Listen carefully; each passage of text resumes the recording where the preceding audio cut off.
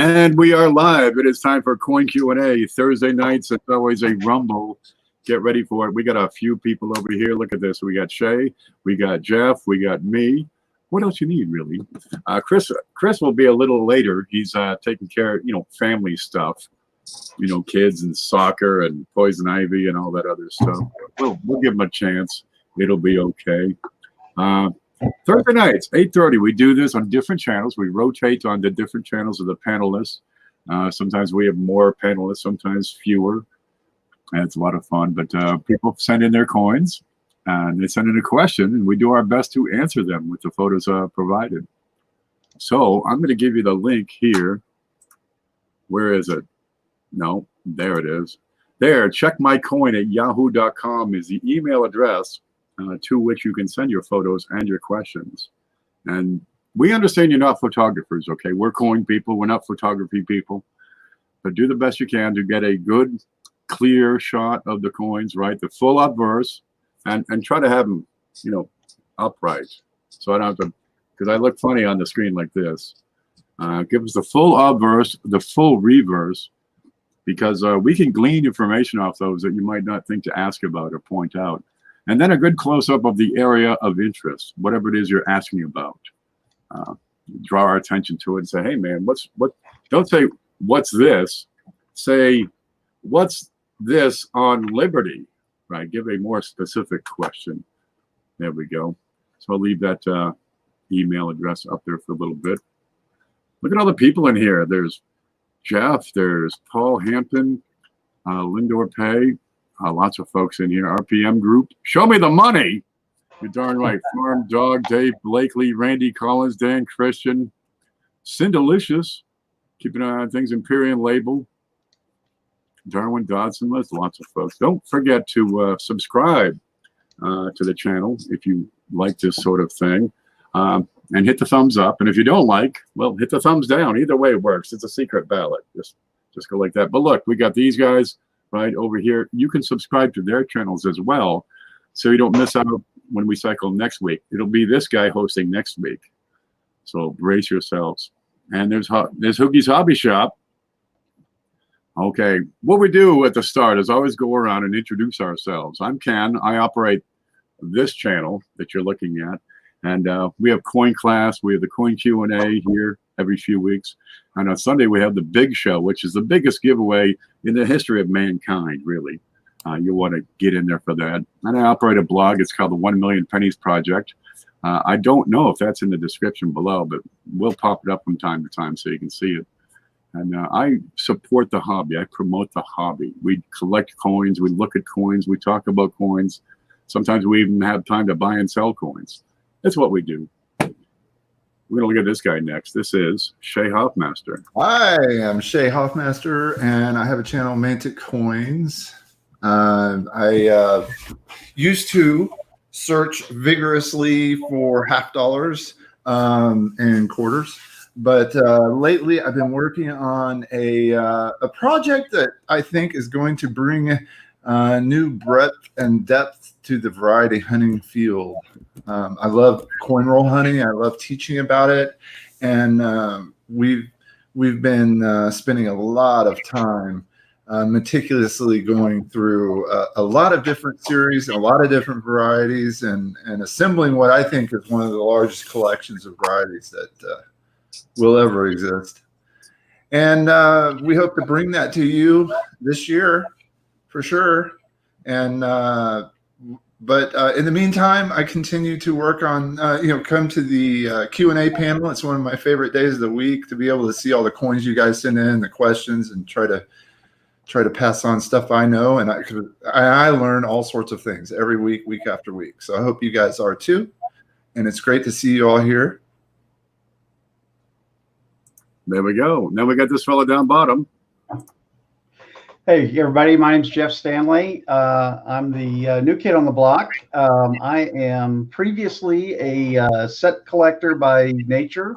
I have now gotten into varieties, and I've gotten into a whole lot of stuff. Lately, my nickels has always been my love and my passion, but I have gotten really into old half dollars. My latest passion has been Liberty standing half dollars, so, or Liberty walking half dollars. Those have been my new ones, and I'm actually starting to get back into Lincoln cents a lot more in the last few weeks. So I'm collecting a little bit. I collect everything. You know, if it's round, flat, and made of metal, I collect it. So I've got a channel, Jeff Stanley Coins and Octane. It's a small channel, but I'm trying to add lots of fun educational content and a little bit of nonsense in there as well. So that's and I've got a blog coming. I just haven't had time to add a little bit of meat and potatoes to the content. But once I have that done, I'll release that. It's going to be, for the most part, nickel related, but I might have a lot of other stuff in there as well that's educational. Hopefully I can enhance what some of these other guys offer. There we go. That'll get us started. There's so much information out there. I participate in a lot of Facebook groups, and you get a mix of a little bit of good information and a little bit of, okay, a whole lot of, boy, that looks really good. You should send that in and be graded. There's some bad information out there. So the battle is to try to get good information out there. And what we've done with the panel is invited a lot of people who like to teach and who have a good head on their shoulders and can point out what's really going on that coin. Is what we try to do. And gosh, let's try to fight the bad information which is out there. Really, I think they're gaining ground on us every day. Okay, let's see. I'm going to get back over here, kill the banner, because that's been up there forever. Okay, down at the bottom is checkmycoin@yahoo.com. If you cannot find the, oh, I lost that. Wait a minute. Okay, you can type in !QA, it's like that, and the email address will show up.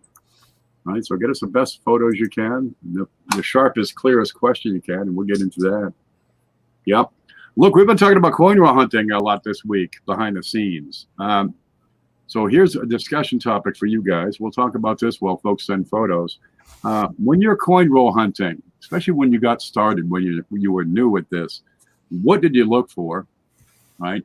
Where did you find lists of information, things to look for? And how have you progressed since then? And what are you looking for nowadays? Who wants to eat that one? I could eat it. I don't mind. All right. So it's a big thing. Don't just think that, oh, this is easy and just jump right in. Well, actually, no. There's certain aspects. Anybody can get a box of change.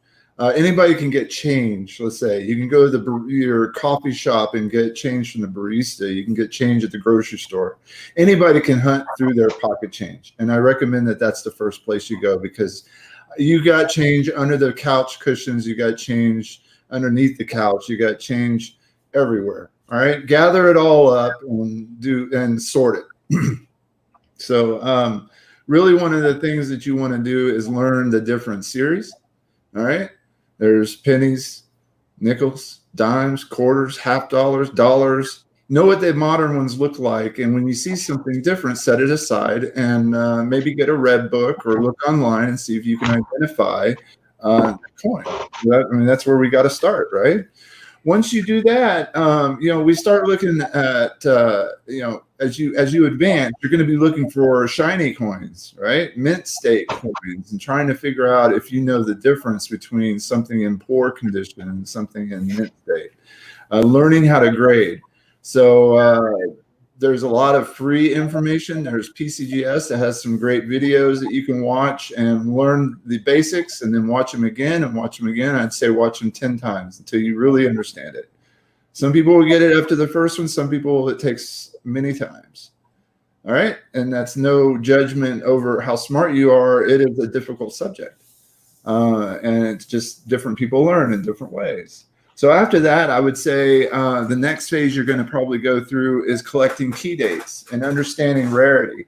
knowing which dates are the ones that are a little bit more valuable. Design varieties are a really thing to understand. You can go to Variety Vista, and he does a really good job of giving you a picture and separating by year every design variety for most of the series of modern coinage. So understand that the mint changes the design on the front and the design on the reverse and the mint punch and all the other things on the coin that you can look at can change from year to year. Now, if you're a coin roll hunter and a variety collector, you're going to want to keep an eye out for things like, well, that design was for 92, but it shows up on 98 for some reason. Why is that? And there's this design meant for 80 or for 1989 is showing up on a 1988.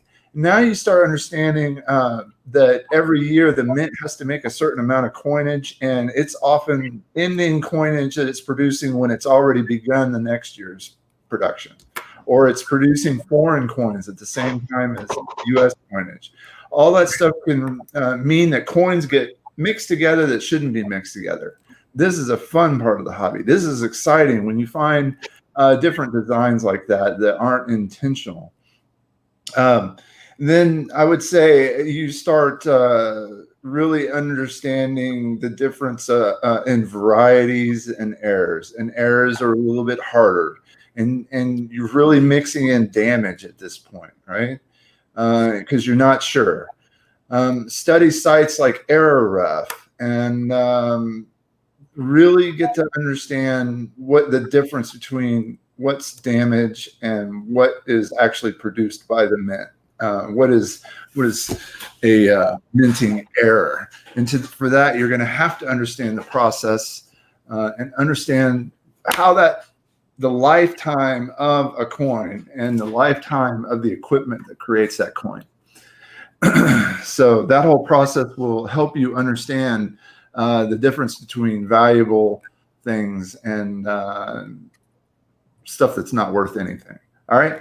So at that point, now you're really going to start to see that the variety hunting is mostly around doubled dies on the obverse and the reverse and RPMs. And then a slew of errors are pretty valuable. Mint errors are pretty valuable.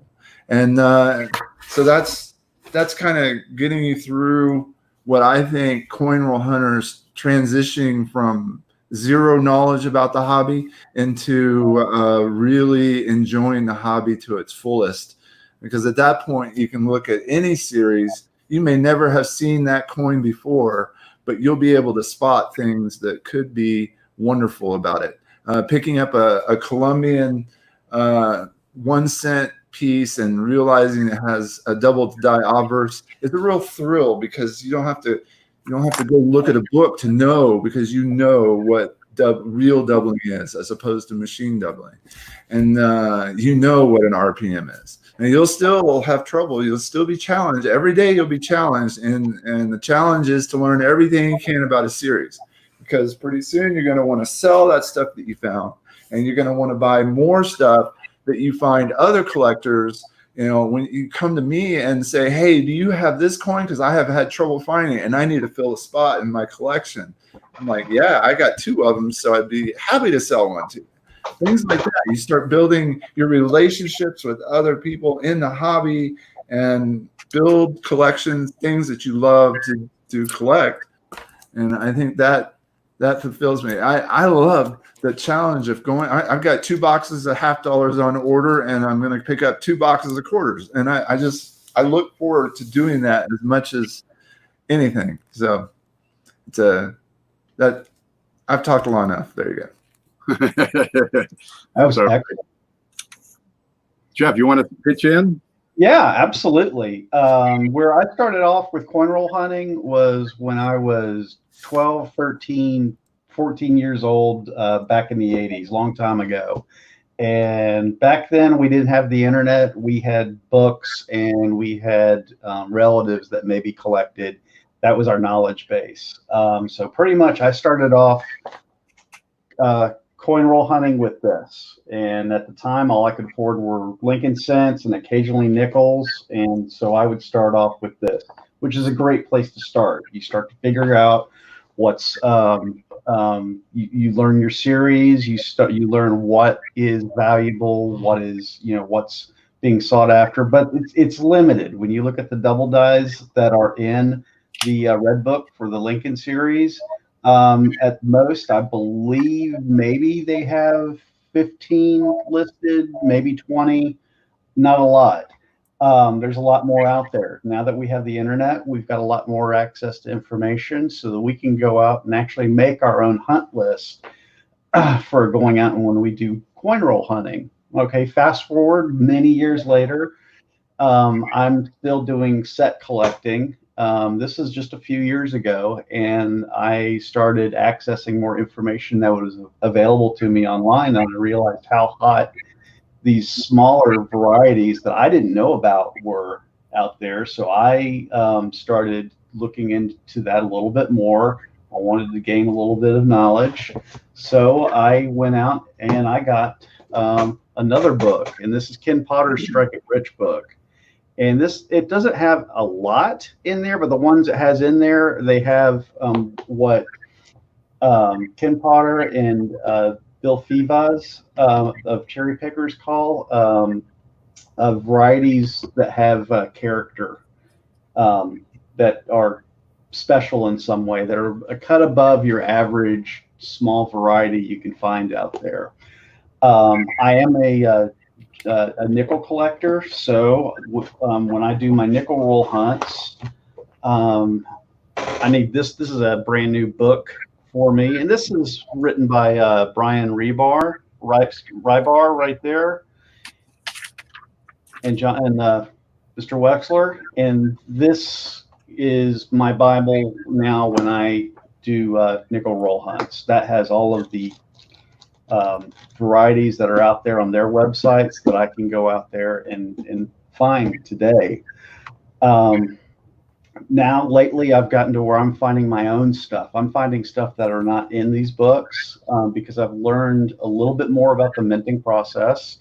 I've learned about the different classes of doubled dies. I'm learning what I can go out there and find. And I've got a couple attributions, which was, to me, that was when I felt like I was going to the next level, when I started getting attributions for things. I was finally no longer picking up a damaged coin and spending a bunch of time with it. I can look at it really fast and say, okay, that's damage, or that's machine doubling. I'm finding it and saying, that's really doubling. I know what that is, or that's an RPM, that's a repunch mint mark.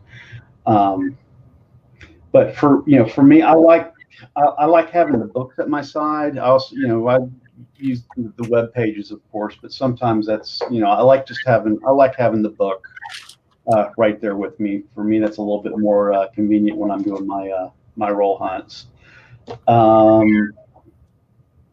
Every now and then you find weird stuff. You find in the U.S. you find Canadian coins. So hey, I had to get a Canadian book so I can start looking at figuring out what some of that stuff is. And I found some actually really cool, valuable Canadian coins that otherwise I would have just tossed into a cigar box or whatever and just let them sit there. And I guess that's it for me. Who's next?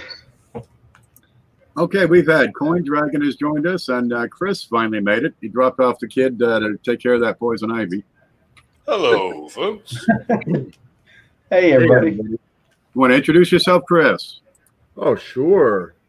I am Chris Rhodes. I am most likely seen by you guys on Facebook, on a bunch of the coin groups. I do have a YouTube channel, Chris's Coin Channel, as well as informative blog articles I write on adventures in coin roll hunting. And that's it. I'm a collector. But tonight I was a husband and father first, so that's why I'm late. Happy wife, happy life. Yeah, the timing sucked a little bit, but it happened. All right. Yeah. Frank, How about tell us about yourself, where you're from, what you do? Hi, I'm Frank. I like woodies.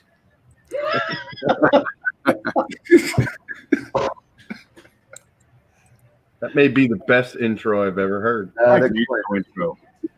Okay. I'll take it for a bit. Where are you here? Hi, I'm Ken. Oh, I did that part already. We're talking about coin roll hunting and what to look for and what you look for over time. You get involved here, and the whole idea is there are coins in circulation that's worth more than face value. And people want to pick that out. They'll find things like silver coins, right? Let's see, I got had it here. You got dimes, for example, quarters, half dollars, all made before 1965. They're 90% silver. They're worth a whole lot more than face value. We're talking, 12, 13, 14 times, depending on the price of silver. And there's folks that go through these rolls hunting for just silver. And yeah, they can make a few bucks. You're probably not going to make a living doing this. That's real challenging. You're not going to stay home and pick through coins and expect to make minimum wage. All right, let's dispel that idea. It's a hobby, and what we do, we hunt through rolls. We go to the bank and say, "Can I get a box of pennies?" Or you go to the store and say, "Look, I'm having a poker game. Can I get a few rolls of this and that and the other?" And we look for things that are different or out of place or perhaps old. Folks put together entire sets, whole collections, every date, every mint mark. And some of these things, you've got coins going back over 100 years running around circulation right now. So the idea is to pick up those coins that are beautiful, right? Shiny, slick. Get the best specimen of every date and every mint mark you can find, right? Pick out those silver, pick out the foreign. But if that's all you're looking for, really, you're missing the boat. There's so much more out there that's worth good money. Now, just because it's an anomaly or different doesn't always mean it's worth, anything more than face value. And for that, you got to learn, right? People jump in, they say they're not ready to start coin roll hunting. Well, it's a process. But as you get deeper into the hobby, you learn more and more what to look for, what to pick out, where to look, right? You look down here for Cuds is a great spot. You look for Lincoln with a mustache drawn on him. You look for cracks in the head. Let's see if I can get this page to work right. There we go. You can make notes, take notes, keep a notebook with everything you found or everything you've heard about that people are finding. It dyed ships in the letters, dyed ships in the numbers. You've got double dies on different positions on different dates, which is kind of neat. There are other anomalies going on. There's cuds, cracks, chips, clash marks, kind of neat there. You have Frank with his woodies, which is kind of a neat effect. It's a difference in the alloy mix when they made the coin. You've got design varieties and all these things we learn about over time. All these folks we got here, we got Shay and Jeff and Chris and Frank. A lot of times what they do when they're searching is they'll have a reference source available, be it the internet, because there's plenty there, or books, or their own notes. They're able to check as they go to see if it has been discovered, if it's a new discovery, or to find out, what exactly they have. Let's see, here's right here I got at the ready. There it is. So here we got where is it?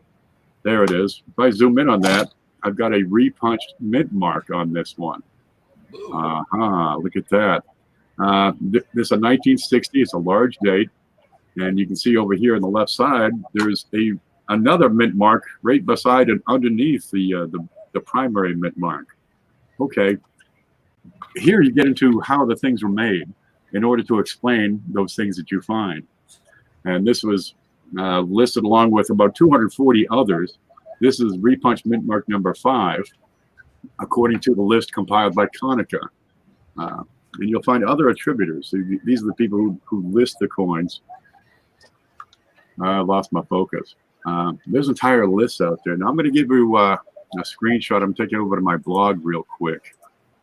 And we'll give you a start. Let's see. Here's the screen. This is my blog. And if you look on the right side, you're going to find key information websites. And in there, you'll have lots of different lists, right? Tell you about the varieties.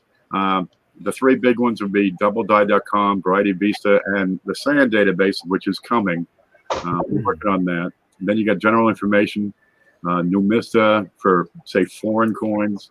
You can look up specialized information for Indian pennies. And just click on the link. Here's copper coins. He does great work with Lincoln cents. 3-cent nickels. Good Lord, you name it, there's probably a website out there for it. Okay, and that's my blog, and I'll put the link to the blog over in the, how do I do this? Let's see, there's copy. Go back to here. Yeah, I got a lot of things open. So there's home. There. And I see Paula has put up a link to Chris's blog. It's real handy to have information about what to look for. But when you get deep into it, you'll just start looking at every coin and deciding what's different about this one. And that's where it comes in handy to have that complete set so you have a reference to look to. Is this different? Well, pick up another coin with the same date and the same mint mark and compare it side by side. And go from there. That's what we do. We look at pennies. It's fun. Frank, you want to chime in? You want to chime in? What do you coin roll hunt? Yeah, I look for stuff that's different, essentially. Things that are out of place, things that obviously are not part of the original design. After you look at a couple million pennies, you kind of get the idea of what they're supposed to look like. Yeah, any kind of variety. Mirrors, they're out there. There's plenty of them. You got to look through them, though, in order to find them. There you go. Oh, these guys, too, the goodies, yeah. Yeah, if all you're looking for is silver, you're going to miss a lot of good stuff. And some of it can be worth a whole lot more than the silver. Oh. My wife has been threatening for about a year and a half now to make a dress out of pennies, so I pay more attention to her.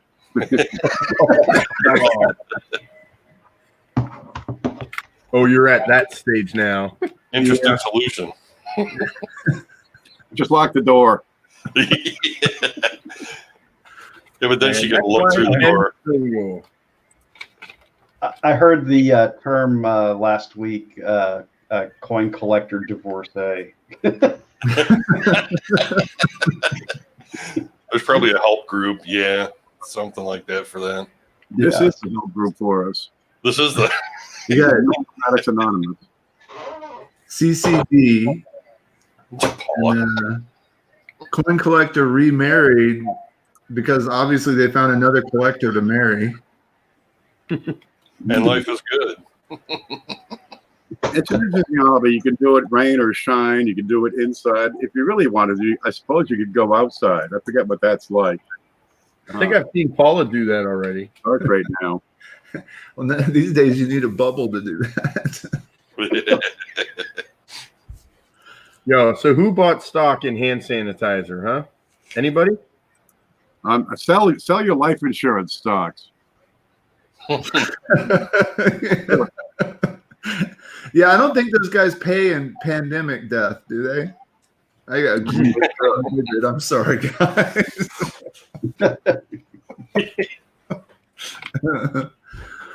There's nothing wrong with being a coinaholic, Cindy. Around here, we understand you. Oh yeah. Hey, The right place. the good thing, I hear that China has come up with a way to sanitize surfaces using colloidal silver, meaning that silver demand will probably be up. Ooh, nice. Yeah. More people turning blue. Silver has some antibiotic properties. Destroy the environment, but hey. Yeah. But hey. Let me put up the link here again. It's checkmycoin at yahoo.com. Send in your photos and your questions, and we'll be able to tear into them. We don't look at every photo and every question because they've been pounding us, let me tell you. But we'll try to fit them in if we can. Have we got one ready? Sure. Imperial Label asks, can you recommend a specific loot for $20? Ooh, there you go. I think those Bosch and Lomb triplets are like $35, but you can find the 10 to 30 ones that are really just 10 for just a couple of bucks. I think Ken has some. No, I'm getting away from the supply side. You can pick up inexpensive loops for less than $10, right? And they'll get you by. You'll be able to zoom in and see things, and it's got good magnification. But the more you spend, well, you're probably going to get better quality. If you're just getting started, just getting into the hobby, yeah, you might want to spend $5 to $10 on a loop. It's going to give you a whole lot more depth. You'll be able to see things that you never saw before. But how much do you want to spend? You want to spend $80, $150? You can spend a lot of cash on these things. But 10x is the standard, the 10x loop.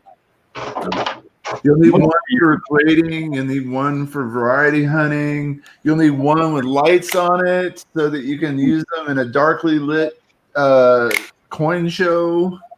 Hey, I know that one.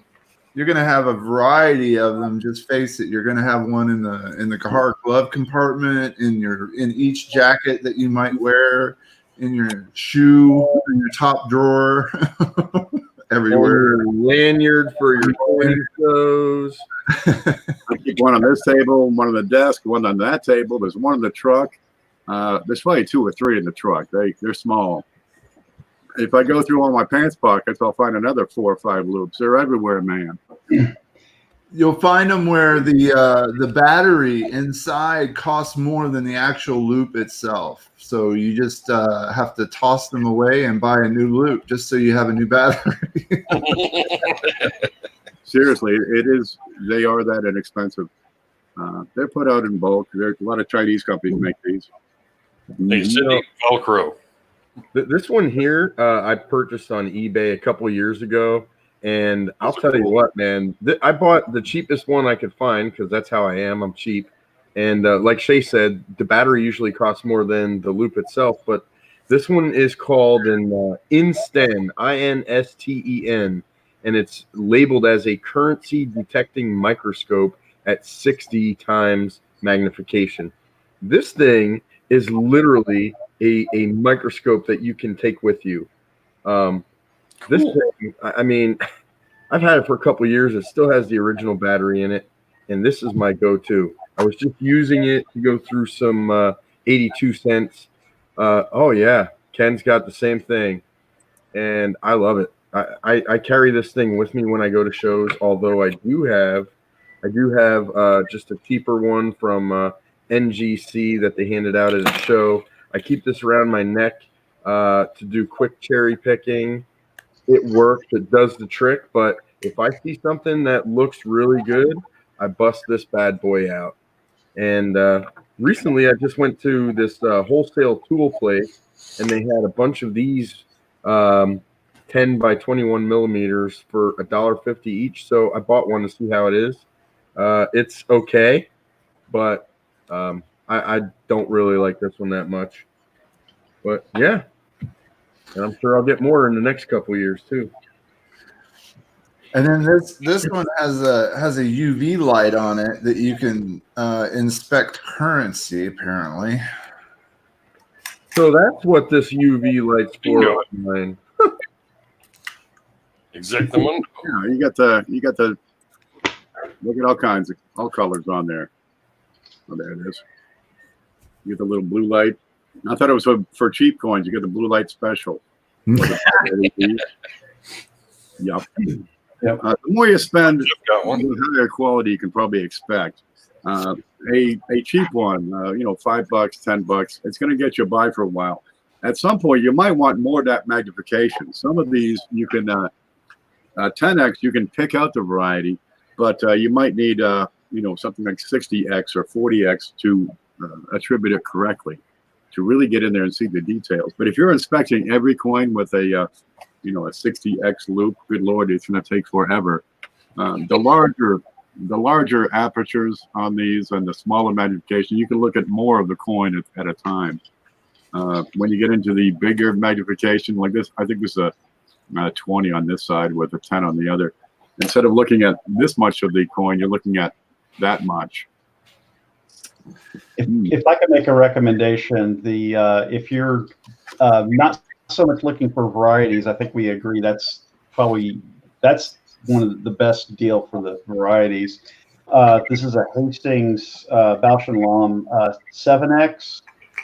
This is actually what the ANA recommends for doing grading.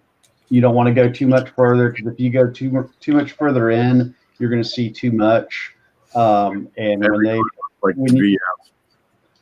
you send your stuff into third-party graders, they're not looking at it with a 20X. They're looking at it with a 5 or a 7. That's it. There you go.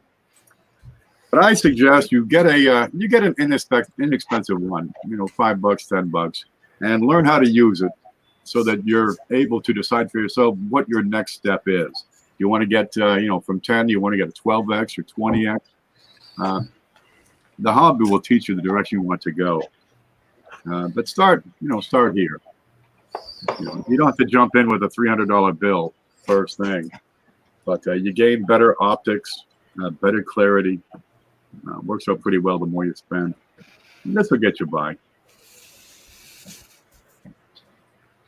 Yeah. And then you move up to a scope. Because after looking at about 3 to 6 boxes of pennies with just a loop, your eyes are going to not be happy with you. So there you go. I've got a scope right here. Actually, we can look at there. So here we got a scope. Let's see if we can see this. I'm going to take that as a backdrop. All right, that's a USB microscope. Plugs into the computer. I get the pictures right here on the screen. I can look at it. I can zoom in. I can play with it. I can move this up and down. Works great. This was, I think, $12. Really.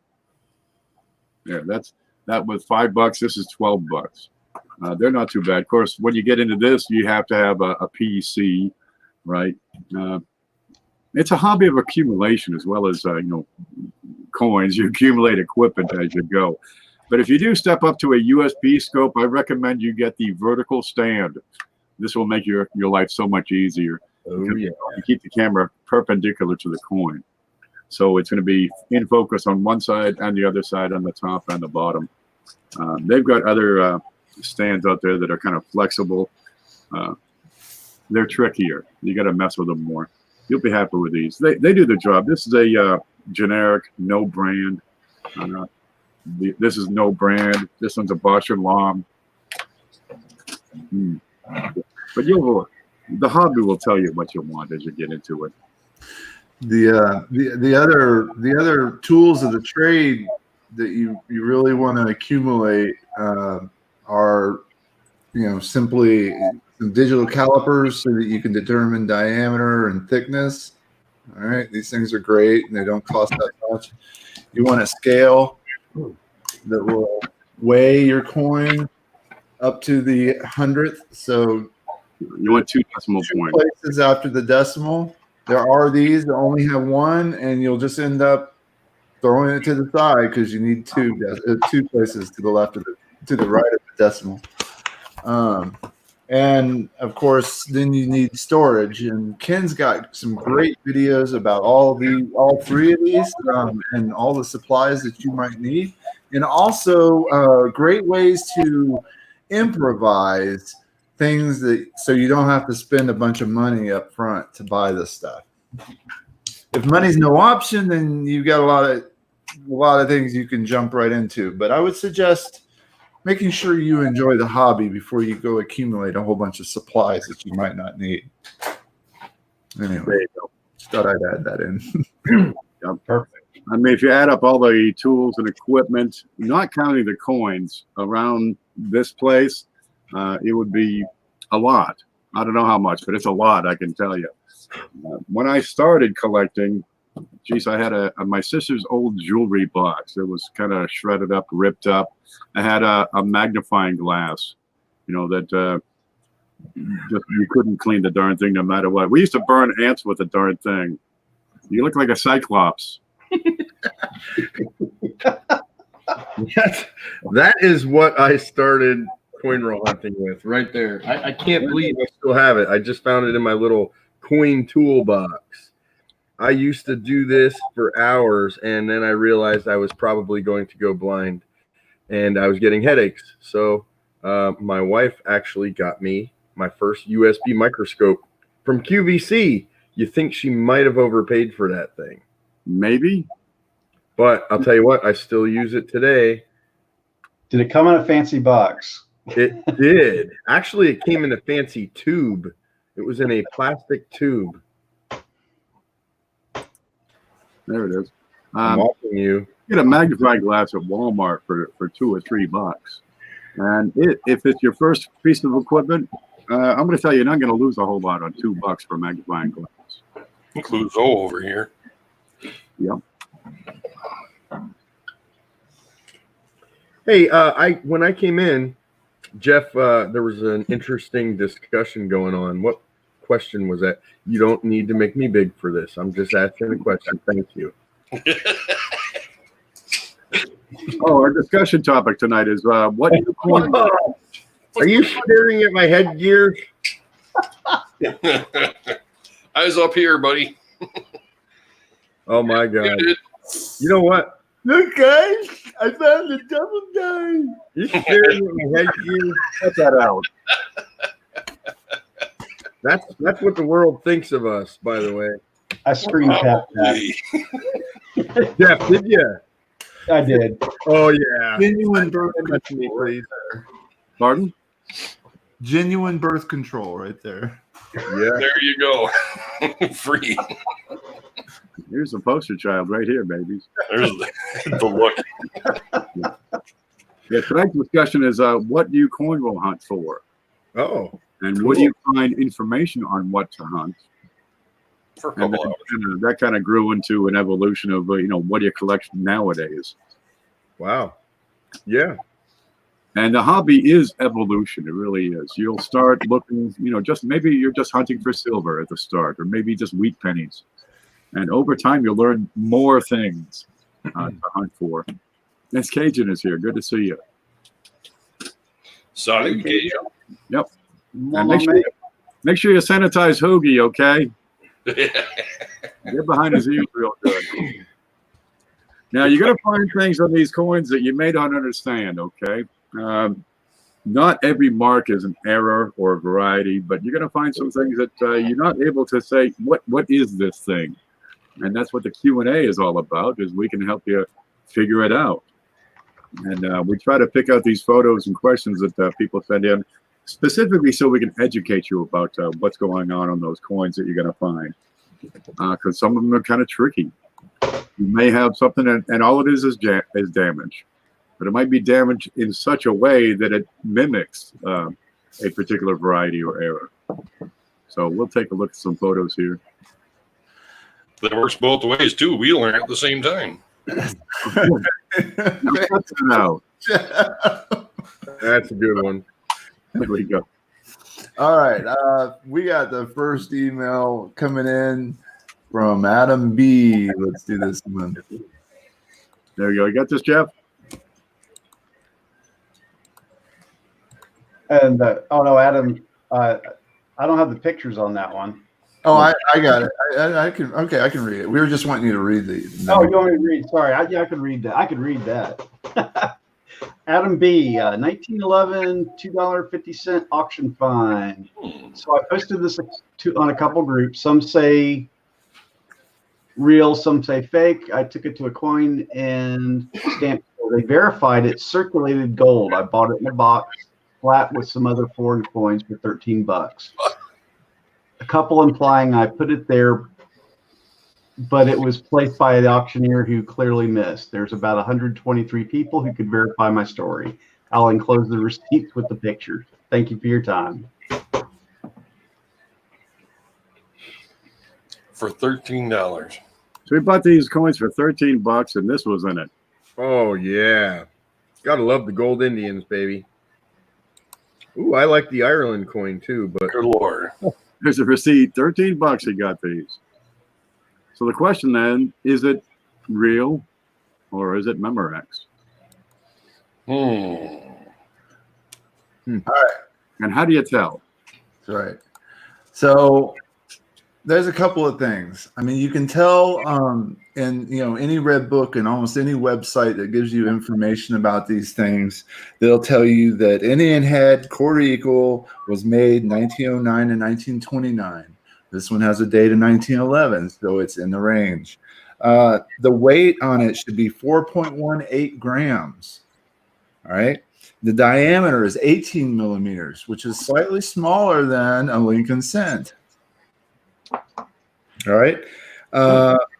Now, that's the easy stuff to figure out. But if you start to hunt around for more information, you'll find that PCGS states that the single most counterfeited series of U.S. gold coins is the $2.50 gold Indian. All right. It accounts for 40% of the fake gold that PCGS receives. And if you include the other Indian series, it accounts for 90% among this series alone of all their fake counterfeited gold. All right. Now, once you have the easy stuff out of the way,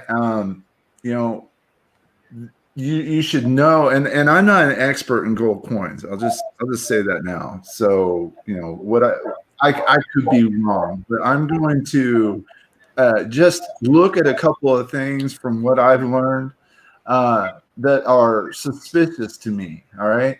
So one is the surface of the coin and how shiny it may be or how dull it may be, and what it do. When you have damage to the coin, like circulation damage, the circulation damage would be a little bit more shiny than the surrounding surface and a different texture than the surface. Whereas on a counterfeit, they might actually try to damage it in order to make it look circulated. Now, the thing is that this thing might look like gold. It might test for gold on the surface, but it may not be gold all the way through. Now, your weights should be able to help you with that. A magnet should be able to help you with that. Those are great tests to perform. But one of the other key things about these Indians, and PCGS mentions this in an article, is see this area right in here underneath the headdress on that back of the neck. This is the most common location for tooling marks on the design of the counterfeits. So if you look at PCGS and you look at a lot of their pictures, this thing's should be smooth as butter, just nice and beautiful. And you can see that this one here has some marks and gouges and maybe tooling marks, but the picture's a little bit too grainy for me to tell. The other thing that I'm going to say, last thing, is that I'm really not liking how all the position of the devices on the coin are lining up to the edge. Almost every coin that you can see at PCGS, there is some space between the letters and the edge, and you can see that all along the left side here, those stars are buttoned right up against the edge, as well as the letters. They almost look like they shrunk some of them just so they would fit too. Yeah. So hopefully that helps you. Maybe decide whether or not you want to send it in to get it authenticated. But I'm telling you, it is a very likely high chance that this is probably counterfeit.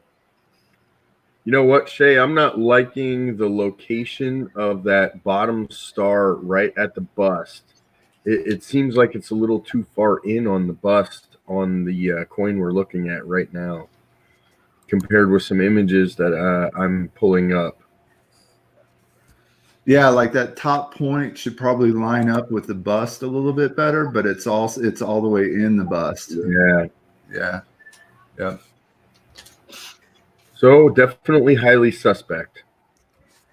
And here, let me give you a link for a video that you can watch. A PCGS grading videos. They have one of them is a guide to counterfeit coins. So here, I'll post that in here, and you guys feel free to go check that out. They also have some wonderful grading videos you should watch. You know, grading 101 and 102 and 103 and advanced grading, and you should definitely check those out. There we go. I've got the picture of a coin here. Let's see. Here's a screen. See that? Wait a minute. I screwed up my screen. What's this? I think you still got me. Okay. Yep. Okay. Here's that. Then here's me. There. And so we got a picture of the Indian here. Take a good hard look. Weights and measures. That's always going to be the first place you start, and then you get into the aspects of the design that you really want to give close attention to, and then do some reading about the darn thing. I love that eagle. That's a good-looking coin, ain't it? The design is incused. Makes it really neat. And this is the point inside the neck, which should be flat. And we're talking about the position of the star here. And go through several comparison photographs to get a better idea. But if it comes down to it, you may need to go to verifying it with an XFR or an XRF device, which will tell you what it's actually made out of. Get into the density test. Lots of fake gold out there, dude. If a person can make $1.50 off faking a coin, that's a day's pay. You're gonna see it. Typically, they don't fake coins that are worth 10 cents, but something for a couple $100, yeah, they'll throw that out there, hoping to make a quick score. Well, China's starting to fake everything, so. And 11D is apparently a key date in the series. Yeah. Was there a D on that? No. JC Will was saying, "Oh, okay." No, the mint mark is at the bottom left of the eagle, at the bottom left of the coin, and it was. I have never held one of those. Not there. I've had $2.50 eagles or quarter eagles in my life. Really cool. 1909, and they're beautiful. I love that Art Deco stuff. Yeah. I will say this: they are a nightmare to grade with that infused design, and just gold in general is a nightmare to gold. It's advanced, very hard, but that design in particular is extremely difficult to grade. I can pass. That does sound difficult. Yeah. Left the Eagles log. But No leg. if you paid $13, I hope to God it's real. That would be a great score. That would be a great score. I am rooting for you too, man. Oh, absolutely. Even if it's not a bad pickup. So you have a reference of what a fake looks like. There we go. So we got another one from Bill Norman. I just want to let you all know I discovered another 2019 P American Memorial Park double die #1 in a box yesterday. I sent photos of both together so people didn't think I submitted the same coin as before. Thinking of putting one up on eBay. Should I have them slabbed or just put one up raw? Yeah, that question. Here we go. So looking at In God We Trust. And there's two of them here. Two side by side. I like the comparison. And there's our reverse. Look, there's a good picture of the. There we go. Pretty good shape. You got some marks on there. Across the face, on the neck. Yeah. And the doubling is evident on In God We Trust. The thickness of those letters is increased. He's so happy. Yeah, that's a nice one.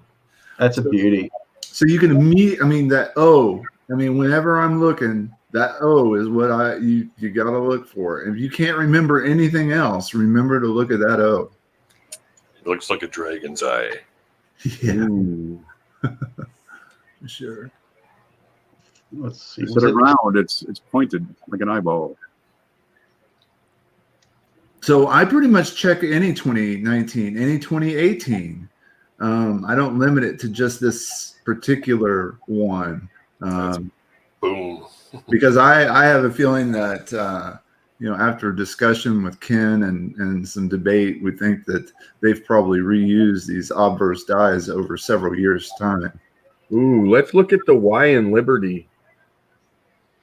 It also has extra thickness to it. Yeah. Oh. And Liberty and In God We Trust, and also US of A at the top. Liberty Bibbity. Cool. One side of the Y is fatter than the other side of the Y. Those should be even. Yeah. I always look at the ribbon and from the hair, the ear, all the devices. I'm looking for dye markers like cracks along the bust. That's really common. Yeah. Worn dye. That one's got major dye deterioration going on down below. Yeah. It's a little hard to tell at the pixelation, but it looks like the ribbon's got maybe it could have a little bit, just a little bit. Yeah, that's the right spot, and that's the right looking doubling there. Yeah, this thing looks very similar to the 2018 Pictured Rocks. The only exception is it does not have the pronounced doubling down in quarter dollar. This is one of those. I agree with Paula, who said that I would keep this coin raw and not spend money on grading. No, I don't think it's the grade. It would not make it grade worthy, but it's definitely deserving of to be pulled out of circulation and thrown into a nice flip or a 2x2. Yeah, and hold on to it until maybe one day you find a better example. And right. Well, he has two. And when you list that other one on eBay, let me know. I might be a bidder. Heck yeah. There you go. Now, there's a cost to when you get these coins certified. Let's say you got to be a member of PCGS, so you pay an annual fee. You'll get so many attributions for no charge. But when you do a variety, then you have to pay an additional fee on that. So it would cost you typically $34 or $38 for a modern variety, and you need to be able to recover that. And well, these are good for a few bucks, and probably easily worth more than their silver value. But recovering a $30 or $40 charge for certification, you'd be hard pressed to break even. But it's a keeper for sure. Yep. I wouldn't kick it out of my coin box. There you go. I'm going to keep up with Chad over here.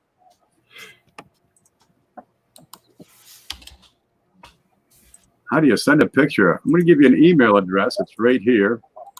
Where is it? checkmycoin@yahoo.com. Send your photos, send your questions, and we'll try to get to them. There we go. I had a question here. Where was it? Oh, no photos. And I really screwed this up. Let me see. There's home. I got a lot going on my screen, so bear with me, guys. Let me click on that. Here's a picture of me. Then I got to go here and look at the screen. Then I pull up this. Ta-da! Like that. There. The red book, and I used the wrong font. But this is from Seamus.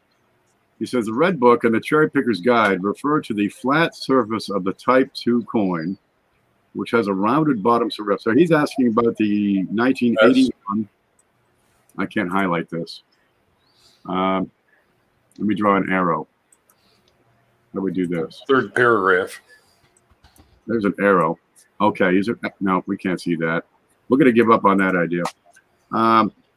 He's asking about the mint mark on the Type 2 or Type 1 1981S. What was it? Susan B. Anthony dollar. And it's very, very subtle, right? And I've got a picture of this here somewhere. Where'd you go? I might never find this again. Here, over on Variety Vista, you're going to have... It's in the vortex. You can have a listing of the mint mark styles, right? For Philly, for Denver, for San Francisco. all for the That's great. answers. So I can look up the San Francisco mint mark styles used in 1979, 79, 80, and 81. This is type 1, okay? And then the last one used in 1981, which is a type 2. And you have to compare the differences between these two mint marks. You'll see the top one, the upper serif is tighter and smaller. And you can compare the inside shape. And you look at that little tail. Now on the type 1 for 1981, that tail is going to have a slight slope to it. It's going to be flat-ended.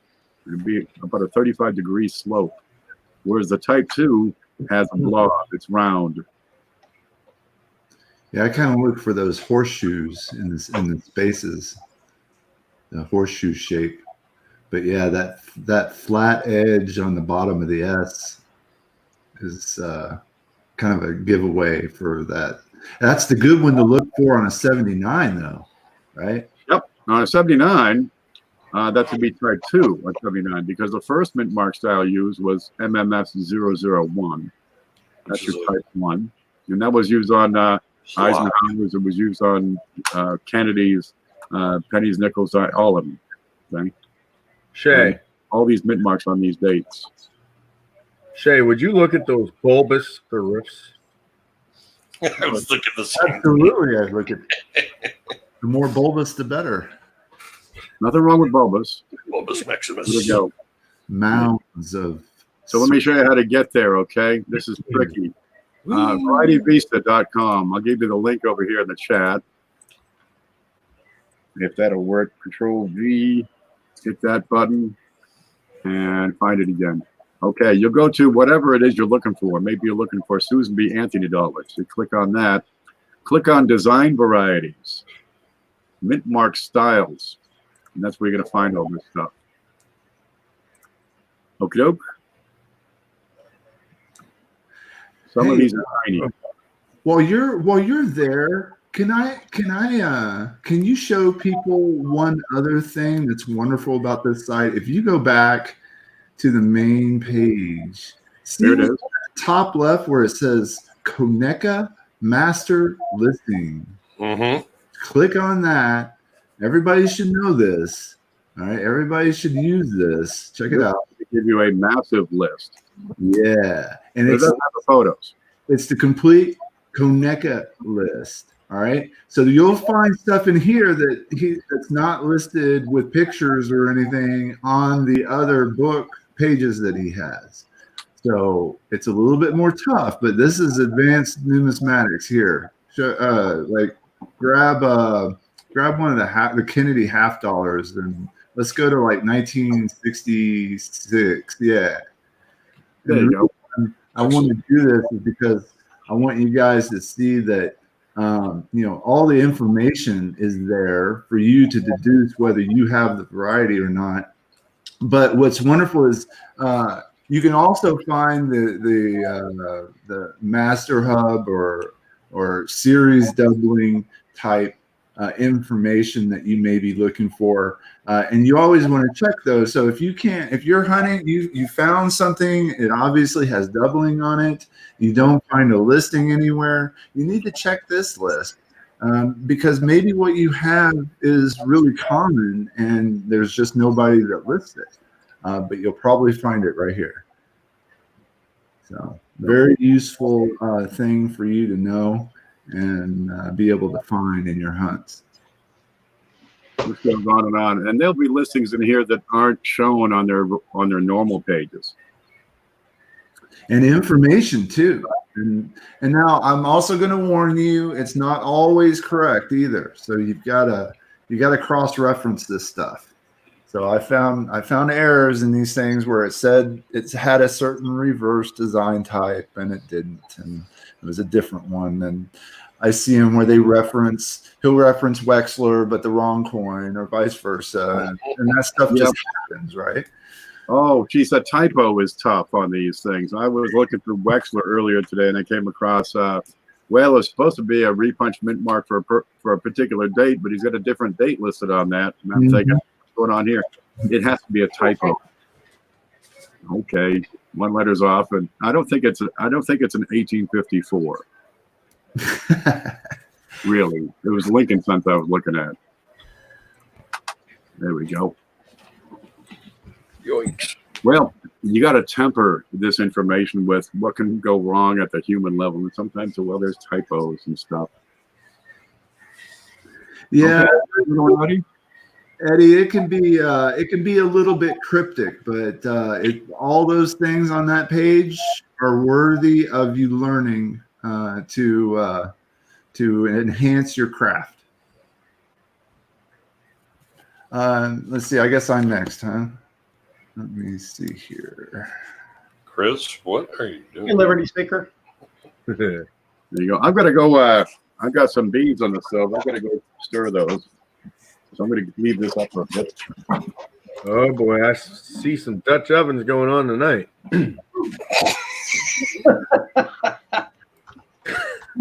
I'll read this one. From Listen, 1998 cent. Obverse, I see the letter U in and around the eyebrow. It is very hard for me to tell if it is in Cuse or not. It's quite prominent on the coin, and I am just wondering what you guys think it may be. Reverse, possible extra columns. Mm-hmm. Very interesting. So tonight, guys, we found out why Ken's single. Number one, he locks the door to his coin room, and number two, he eats beans too much. He does stir a lot of beans, doesn't he? There's a bright flash over Florida. It's not what you think it is. That's not heat lightning. Oh, well, maybe it is. All right, so I love this. I love this email we got because he shows an entire picture of the obverse, very clear and focused, and then he shows an entire reverse, very clear and focused. I mean, the first thing I did was check for a wham, right? Wide AM. Which it But isn't. then the interesting thing is that he goes into diagramming and charting the areas that he thinks are what are interesting. So there is what looks to be an incuse letter U on the forehead. Yep, Very Mm. agree. My first thing would be that someone maybe pressed another coin or something into the surface to cause it. So I'm going with damage at this Yeah, point. U looks right upside down and backwards too. Well, hard to tell if it's backwards because it's a U. That's yeah. But it's infused. The die that would produce a coin will make a raised letter. Unless you take a coin and squeeze it onto another coin, then Yeah. you know, effectively the coin becomes the die and it presses a sunken letter into the coin. Now, I guess I should go about this one. These are these things that are being pointed to are normal parts of the Lincoln Memorial, as far as I can tell. Mm-hmm. This is the inside of the awning or the walkway into, on the other side of the column. And this area down here below what we call the pedestal that space is supposed to be there. Now, on a lot of coins from 1993 or so on, 94 to 90, all the way up to current day, you can have class 9 doubling along these columns, along the floor, along the ceiling. And so those are things that you want to look for behind Lincoln's statue, around Lincoln's statue. But those are normal parts of the design. Now, one way you would be able to easily do this without, having to contact us would be, well, grab another 5 or so pennies and take a close look and compare what you have to other pennies that you have laying around.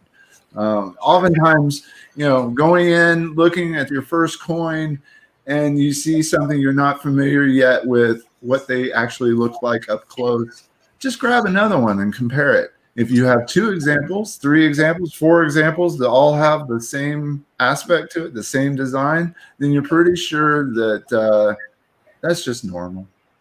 So, Can we go back and look at that U? yes. There you go. Here's one that's going to rock your world. Could that be a dropped letter? Well, drop letters are usually not in Qs, right? Right. They're raised. They're raised. Letter would be Hit the die. effectively a struck through. It would be depressed. Oh, all right. So because the drop letter is the hardened grease of a design Right. element that has fallen out of and then been struck through. Am I right? Yep. So how would you tell the difference between a dropped letter and a single incuse letter somewhere on the design?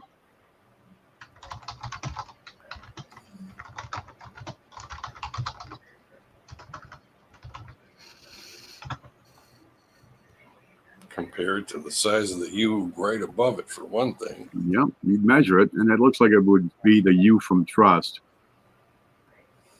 But in this particular case, that eyebrow is one of the highest points on the coin.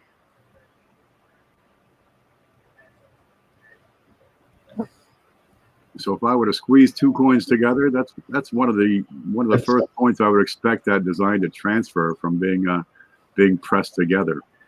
Exactly. Other U's floating around. There's a U in pluribus. Well, 2 U's over there. It's almost a dead match for the U in trust, though. Yeah.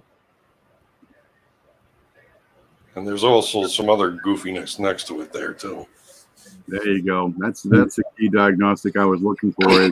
Is there's more than just the U. We got some other issues here, which are suggestive that it is from another coin. Yeah, definitely some flatness from the field. Maybe.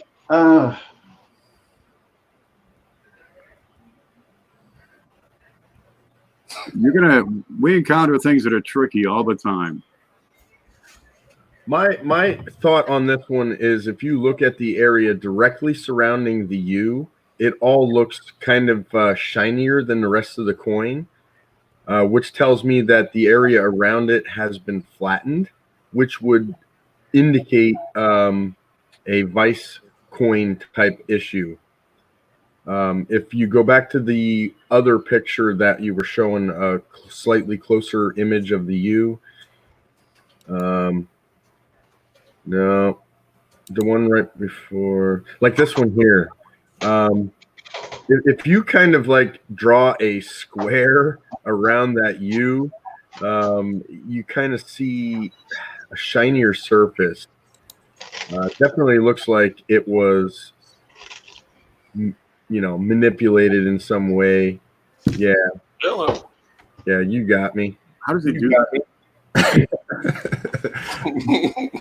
Oops. That was the highlighter. Yeah, I had the wrong one. There we go. Oh, great. Oh, well. I tried. What I hate that it defaults to such a small thing. There's other evidence on the coin which will point you in the right direction. And it'll dispel the idea of a drop letter and point to it being, well, a vice or a squeezed coin. Cool. Well, I learned. VISE, by the way. Yes. Not Yes. my device. Thank you. VICE, they make those. They make vice coins. Yeah, Miami Vice or a Brothel vice tokens. such as cigarettes and alcohol. The old brothel Those tokens. Vegas coins. So one year I went skiing with the family, and I think we were in Aspen or Vail. I can't remember, but Wow. the first movie star or TV star that I ever saw was Don Johnson, and that's about the time he was doing Miami Vice. Oh, I met Don King once. Oh, cool! That would have been cool. I met Yeah, Bo the hair Diddle gun. once. Was he hammered?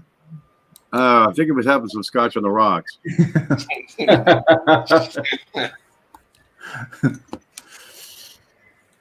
And back here, I would suggest that this is the result of over polishing, which would might take off a bit of the design on one side of the podium you're standing on.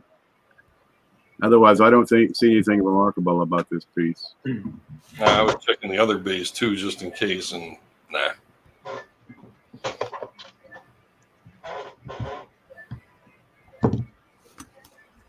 All right. Not on that one, sir. Sorry.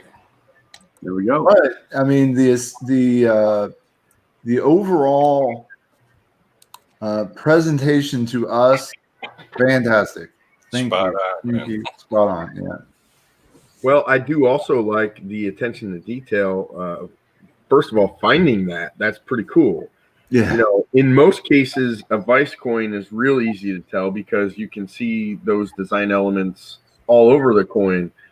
In this case, it was just basically one letter that showed up. So definitely intriguing and definitely worth a better look. So props on that one. Seamus. I was wondering if it could have even been gunk on there that had been stuck to another coin. That was Listen's coin. Oh, I'm sorry. It's all right. All right, who's next? I've got one ready from Liston. Let me see if I can make this work. I'm going to click on this. Then I'm going to click on this. And then I can look at that. There it is. From Liston. Hi, guys. I'll keep it short. Is this a double die? If so, is there a known reference you can point me to? Thank you and stay groovy. And we got pictures. It's an 1898. Oh, boy. Indian head sound. Yep. And then we get into it. He's got little arrows pointing to it around here.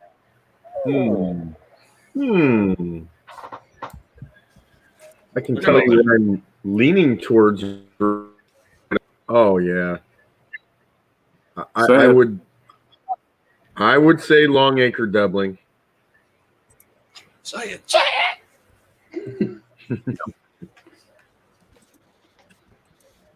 Long acorn. This is consistent with classic long acre doubling. And then we're gonna look at the date because he's got more in here. Look at the rim. Oh, this is hard. This is real hard. Remember, you got more going on than just long acres messing with the dies and making them last longer. You also have repunched dates. And I've got some things here that want more attention up here above the 9, for example. Inside, I went looking over on Rick Snow's site, which I think I have somewhere here. Here we go. Trying to decide what is it. And he's got, I don't know, 80 different listings, but I can't find a perfect match. However, some are kind of interesting. The dates were punched in by hand back then. Okay, up through, up until the Lincoln cents came along. But I'm not finding a perfect match. But I'll give you the link over here. It's indianvarieties.com. Let's see, where is it here? Copy. And I'll put that over here in the chat. Hi, Jess. There you go. That's indianvarieties.com. And he's got a whole bunch of listings for 1889, including some double dies in and around the leaves. Mm-hmm. But the doubling on the leaves, what you have is consistent with long acre doubling, and not so much with the a double die. What gets my attention is the date, because some of these repunch dates are really, really small. And here we get into the point. I think we're at the limit of photographic ability, but this is consistent with a repunch date, in my opinion. I second that emotion. Yeah, third. There you go. How many varieties does Snow have for 1889? I don't know, man. Repunch date number 15. So there could be some. He was busy. Photos for all of them either. Hey, less than there are RPMs for 1960Ds. Lincoln. Yeah. Oh, deja vu. Yeah. So I would suspect it is a repunch date, but not a double die, because this is almost consistent with Longacre doubling here. So pretty much on all the Indians, you want to look for an RPD. That's one of the things that makes that series so neat, I think. Mhm. I got a few for sale right now. A few I picked up at the last show. Some of them are pretty cool. New techniques, saves dialects, retooling. Other than being a time period in history where I think they made a lot of beautiful coins. Uh-oh. Yeah, before the presidents. Someone. I mean, you can't shun the presidents. I mean, they're pretty nice guys and stuff. I guess it's the post-Civil War era. Did we lose Jeff? Yep. Yeah. Look like it. Is he back in the basement? He'll be back. Well, I was about to run and stir the beans, but I can do one real quick here. I think. Let me, There he is. There he be. There he is. Yeah, OBS crashed on me. Sorry, guys. It happens. all right. Darn that. Streaming. Do you want me to do the next one while you're still getting back to what you need? Let's see. I think I could pull one up real fast. Well, Linder Page, just send it to our send some pictures. All right. This one is from Zeke Rodriguez. Found this one today looking through some pennies I picked up yesterday. Thanks for letting me share.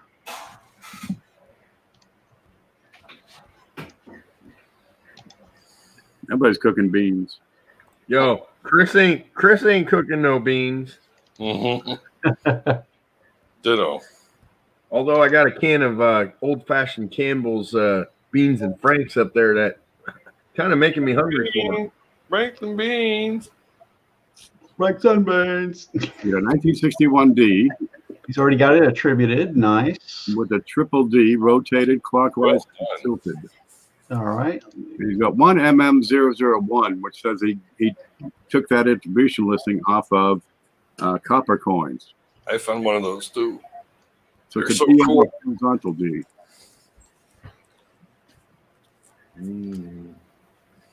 Let's see if I get in close here. Did they drug test the Mint employees? Oh yeah, look at that. Who Well, did? if they did that at Philadelphia, Ken, I don't think there'd be any left. No doubt. Yep, I found one of those. Those are a really cool variety. That is Jump right out at you. It's like, hello. Is the die gouge up there a nice marker for it? I would imagine. Well, yeah, There is. that's a cool variety. I love that. Me likey. And you should have some splits on the lower bottom. Yep. There we go. I'm going to try to get another one ready, but it's going to be a moment because I'm slow. Yeah, that guy was one-eyeing it that day with the mint mark punch. Oh, I'm back. Looks like Welcome back. the ham hocks and lima beans are cooking well. Awesome. Awesome. 27. What you making? Split pea soup. No, just ham hocks and lima beans. I could. Give me grilled cheese and tomato soup any I day. haven't made my ham hocks and lima beans yet. What are you talking about? No, Brianna. Shh. Everybody, let's listen to Shay get yelled at. I could pull up another one if. I'm almost ready. Well, I have my screen ready with the mail. Okay. I'm stuck. Wash your hands.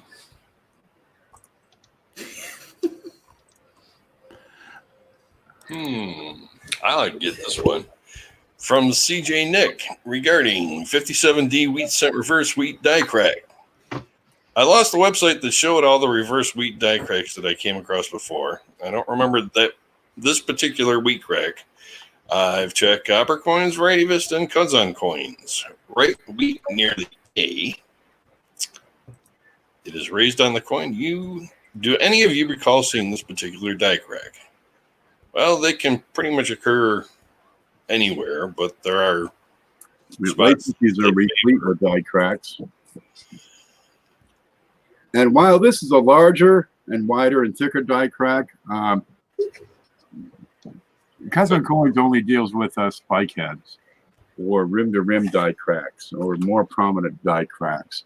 A lot of the other attributors only deal with double dies and RPMs, maybe some transitional die varieties. So the only person that would attribute a die crack such as this, as far as I know so far, would be the SAM database. But that's a die crack, for sure. Yeah. That goes all the way up to the A in states. Yeah, that's a jumper. Yeah, these are cool. You also got to look for what they call bugs in the wheat, and they got chips in there. And There's some lamination going through the C in America, up through the top of the eye and up into states. I'd agree. see the jagged. It looks like an earthquake fracture.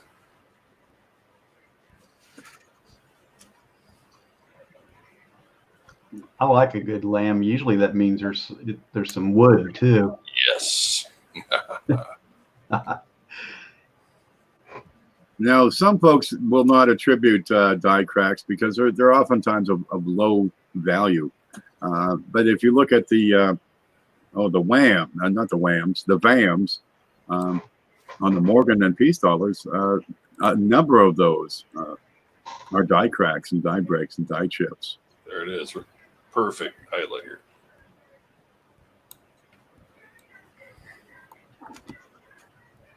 That's awesome.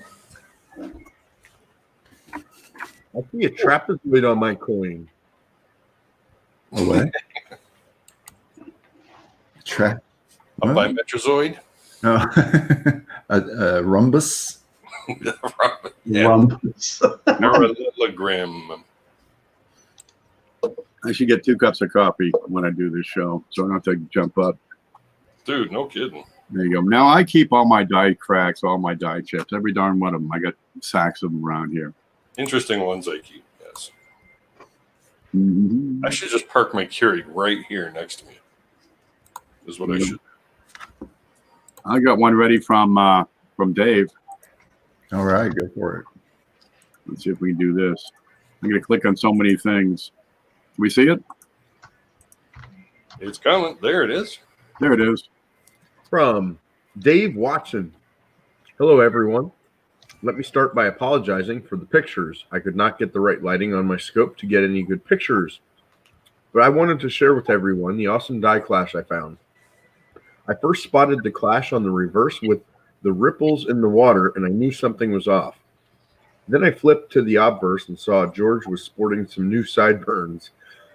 Hope you enjoy, and hopefully I can get some better lighting to get better pictures. All right. Nope. Now I got to find the pictures. Okay, so you got a Wisconsin.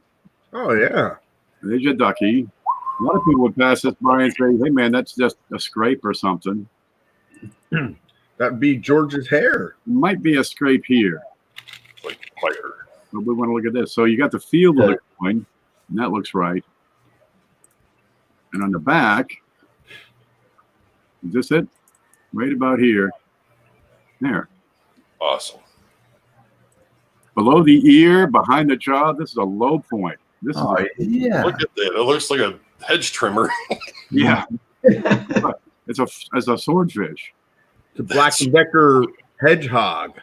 Oh, man, that would definitely, that's a keeper. Yeah, this is a good one. This is a peach. Was that braids?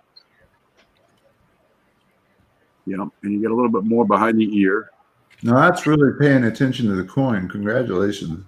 Definitely. Good eye. That's what I This, I might pass this by and call that a reeded edge from another coin impacting George here. I probably would have as well. What's that little bit there? I'm trying to. I would have looked at that ear and thought that something was off. That does look funny. Yeah. But let's flip it over and look at the other side. And let's see what we're going to see here. And what would that be part of? The boat? Good question. Well, no, it would be some of that design up, Right up above. it. Yeah.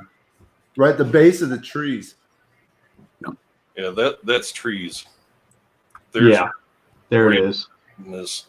Between those two right there in the dead center, slightly left. That is. So this is clash in between the trees, I suspect as well. Bravo for attention to detail. There Yeah, is that's a a winner. witch in the forest. There is trouble. What I like is when these clashes are visible on the raised devices, because it's kind of odd. We don't see anything on the flat field because it's the highest point of the die, yet we are seeing things on the raised portion of the coin, which are actually the lowest point of the die. Well, this is relief. Not the whole head is raised up. I mean, down here behind the ear, this is a really low spot. You'll find clash marks inside Kennedy's ear. A lot of times you'll find some clash marks sneaking into Lincoln's neck. Right? It's high up here on his jowls. It's high up here in his curl. But down here, this is almost the same height or equal in height to the field. Yeah, that's a strong one. Looks like you had a little crack down here on the lower end of the bust. That's normal. That's a common spot for that. That's a slicken. Put that on my list. There. Put that on your list. Keep notes. Yeah. What's that for? There we go. Yeah, you can find clash marks in Lincoln down here in his neck where it's at the lower spot on the relief. There's dinner at the top of the trees as well. Yeah, dinner. What? Dinner, something to eat, something good, some yummy stuff. Let's look at that again.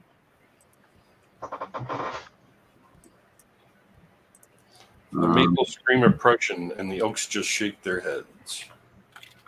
Screen. There we go. Then I got to find that picture again. Dinner at the tops of the trees.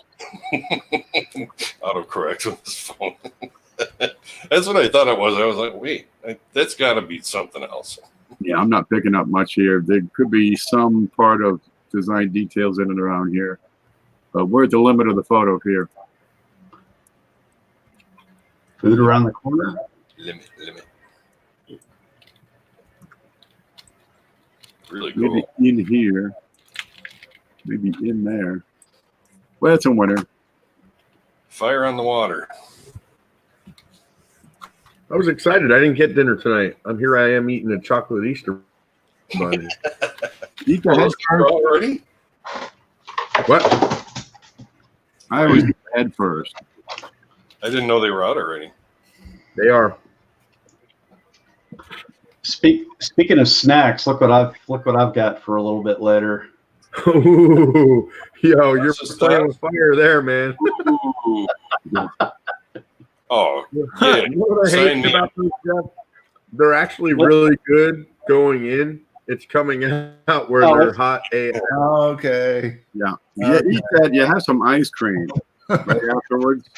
Because the next morning you're sitting there thinking, come on, ice cream.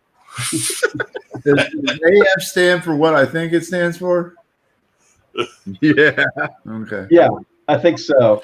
And Jeff is going to eat that live in front of us. With no water. Slim Jim Challenge.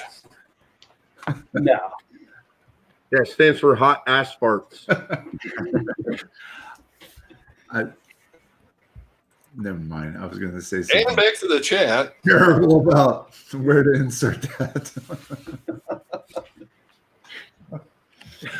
Okay. Oh, good. I didn't even know they had hot Slim Jims like that. I got some hot ones right there. And you want? Well, okay. I'll I prepare. don't get out a lot. There we go. Have we got another one? I've got one ready, I think.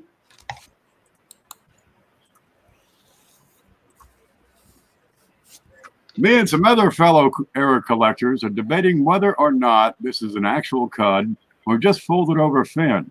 Before I bought this coin, I sent Ken pictures of it just to confirm what was going on. At first glance, it is not. No. At first glance, it does look like a cud, but after looking at it closer, I just don't know. Well, I've already chimed in on this. I neglected to put this in there. It was from Listen. I got to tell you, cousin Jeff is on fire tonight with some of the things he's saying. Rectum markets. Cut that out. It's a family channel. Oh boy. Mowgli. Cud or fold over. That bit at the top looks like a rim ding. Yeah. And I'm kind of leaning towards folded over rim fin. Because at the top of it, you can kind of see where it might have been maybe a partial collar strike. Actually, you can see it at the bottom too. There's some sort of like transition there going on before and after it. Well, that image made it look different though. This one right here? Yeah, the edge image kind of made it look different to me. It looks pretty clean, doesn't it? Does look pretty clean. What does the evidence suggest? I don't think I've seen that. To me, the evidence suggested that there was a rim fin there based on what I see before and after the anomaly, we'll call it. It looks like maybe a tilted collar strike, which left a raised portion of the coin that could have gotten beaten down over time. But then I saw that edge pick, and it totally changed my mind. So now I'm confused. Yeah. This division right here, in that this what they call that railroading on the rim. No, railroading is a different issue altogether. That's a that's just a little bit of separation. Yeah, that's what I was talking about. The transition, I would call it, at the beginning and end of this anomaly. That is typically called a partial call or a tilted collar strike, right?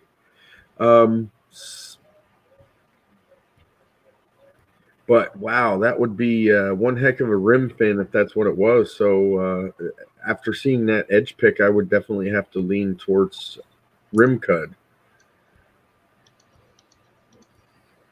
look how much of that rim was left over where that is. So the difference being the damage on a die as opposed to how the coin was struck.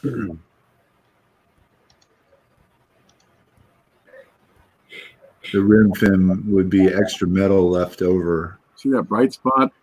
Yeah. That bright spot looks like it took a bump. Yeah. And pushed up some metal.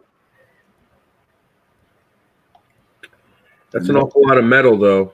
That's why I'm leaning away from rim fin now, because if you would fold that back up and try to imagine how high that would be sitting off the coin if you folded that back up, I just don't see that being a rim fin.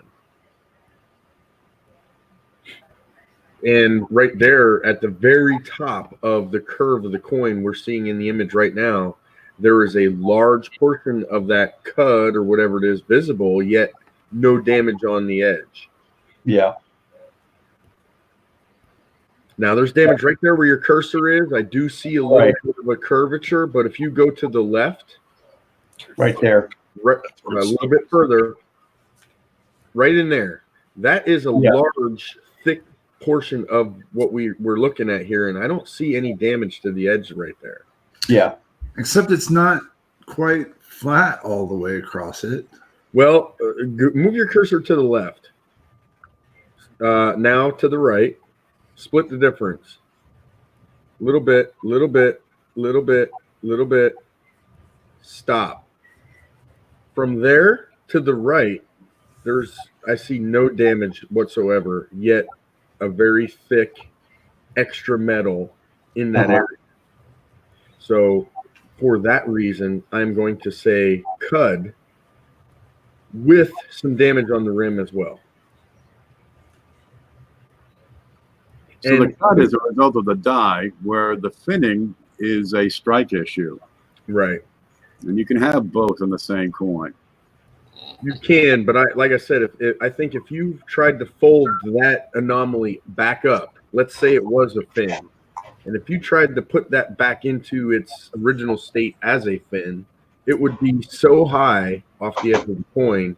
I don't see it being a fin. It's too thick. It's too big, in my opinion.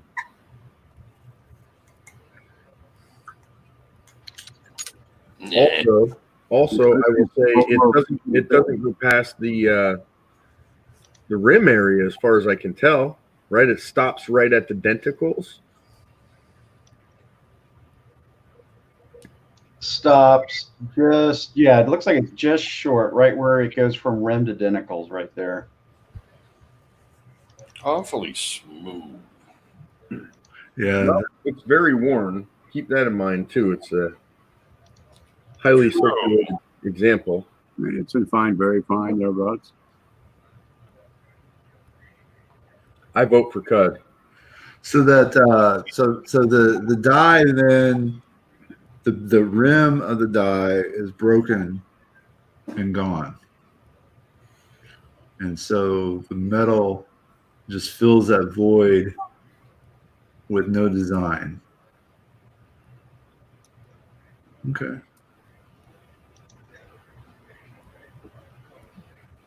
Makes sense. And it's broken in multiple places. All along that left edge, right? From 10 o'clock to 6:30. I see a big time misalignment. Yeah. It's Yeah. interesting that This line die would create a fin. I'm going to go with a folded over fin. A cud would be right on the edge of the die, which is where the denticles are. That is extra. It's like outside of that where it would be. Which would be a rim Cud. On a misalignment, I don't know. Well, that's a very slight misalignment, if anything. It's a tilted collar, that's for sure. That's why you have that separation at the beginning and end of that anomaly. That's a tilted collar.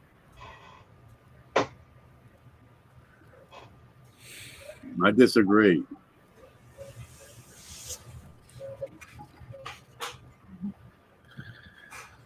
I'm suspecting finning. I want to see the Yeah, P&D apps are fin. those 3D pictures. Do you need a side view, Frank? Yeah, exactly. Like surface view, See the bumpiness on that round edge? but Yeah, like it's at a some bumping. macro level.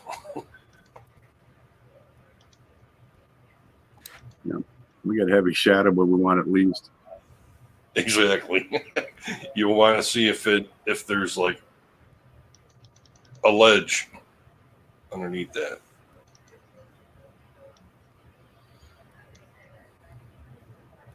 Slightly misaligned, and where the misalignment is heaviest, the widest gap, we've got the folding over. That's, yeah, it's kind of winning me over to that idea. I'm interested in this one because I've got a Russian coin that I'm looking at that's similar. Hmm.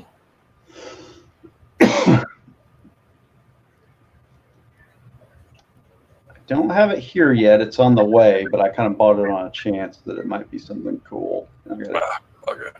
I got it cheap. Otherwise, I'd whip that thing out. And we'll probably take a look at it next week if I can get it. He's been looking at foreign coins too. Oh, always. Yeah, if I said that was a rim cud when I looked at it first, because I don't really remember looking at it, I'm going to change my opinion now and call it a folded over fin. Okay. Eddie James has not heard of a fin yet. Oh, I got Play-Doh for you, baby. Let me get that out. Yeah, this is relatively. I was actually reading about fin today, folded over fins, that's interesting that we got one on the show tonight. That's relatively new to me. I'm still in disagreement. I think it's too thick and it's too big. It is really beefy. Now, If you would try to fold that back up into place, it would be sticking so high up off the coin. I just don't see where all that extra metal would come from. Maybe it got like simultaneously folded by the machinery somehow. Well, if it was folded by the machine, Frank, it would be struck through a folded over rim fin, which is a little bit different. It would then be incorporated into the design of the coin and almost look like a lamination error. In this case, it happened after it, was in circulation because it's not struck through.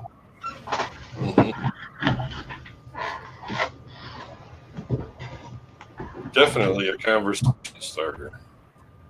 I mean, if you compare to other images online of folded over rim fins, they're all very thin, paper thin, relatively small.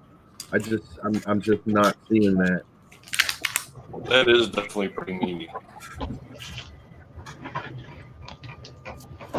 If you think about how a rim fin happens, it's just the metal's basically getting shaved off of the edge of the coin because it's not in the striking chamber properly. So it's going to be very thin. that's the fin. It's what fits between the die and the collar. And Right. dude, you gotta snudge over the die just a bit so you can make some space. And you'll see this one going, just a little edge, a little corner that's raised up. And well, what happens? It's thin. What happens if you bump it? And you have a fold over. It can mimic a rim cud. So what does the evidence show? Because I can hit this with a hammer and drive that up, 30 years after the fact. So I get a rim ding. We see that up at 12 o'clock on that coin, right? So I shove up the metal and fold that over. All right. So there's damage to consider. I like Liberty Seeker's answer.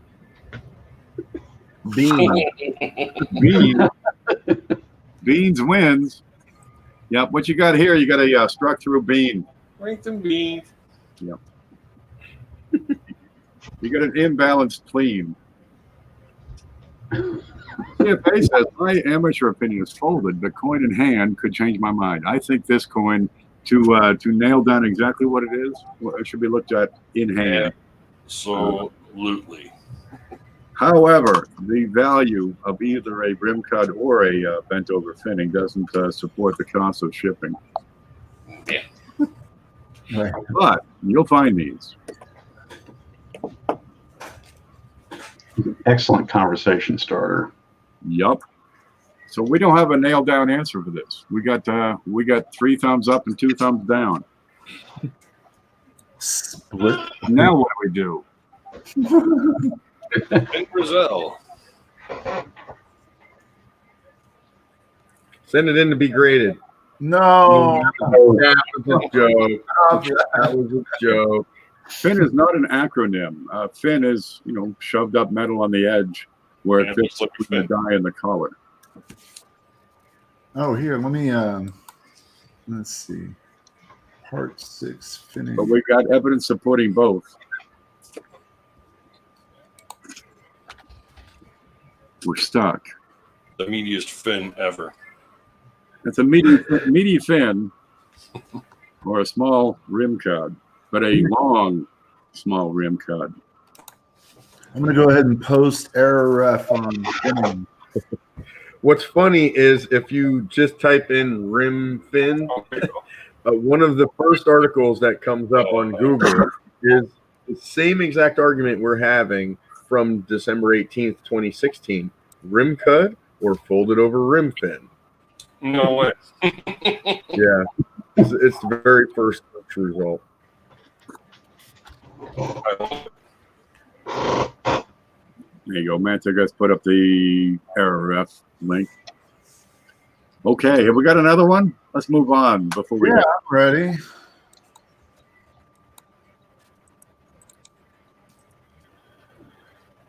From Double Me Up regarding coin. curious enough. I am curious as to how the odd clash pattern can happen like this on a coin. Let's see what we got here. Wow. This is not a clash. Ooh, that's not a clash. That's about, what, 80% off center. However, there is a clash. 5 Oh, wow. out. Okay, well, we got a date on this. Double, maybe even triple clash. Yeah, multiple event for sure. Right, the clash is going to leave a mark on the die. Okay, so you have a change in the design, Radio clash. and this is that's a shield scent. Memorial scent. Is it? Look at this. That's not the top of the shield. Okay, yeah, shield's gonna be angled. Okay, it's a memorial scent. I want that coin. Meantime, the die that Oh, kidding. struck the planchet off center. So the planchet was not fully into the striking chamber.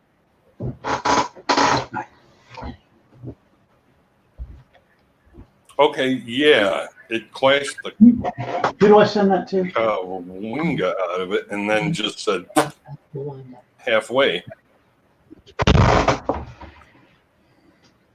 That is a really cool one. I wouldn't want to have to polish those clashes out.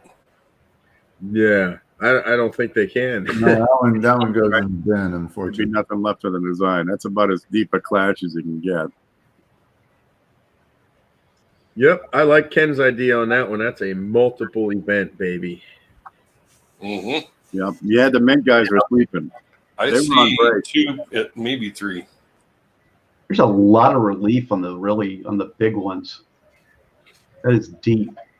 It looks like Superman City at the North Pole there.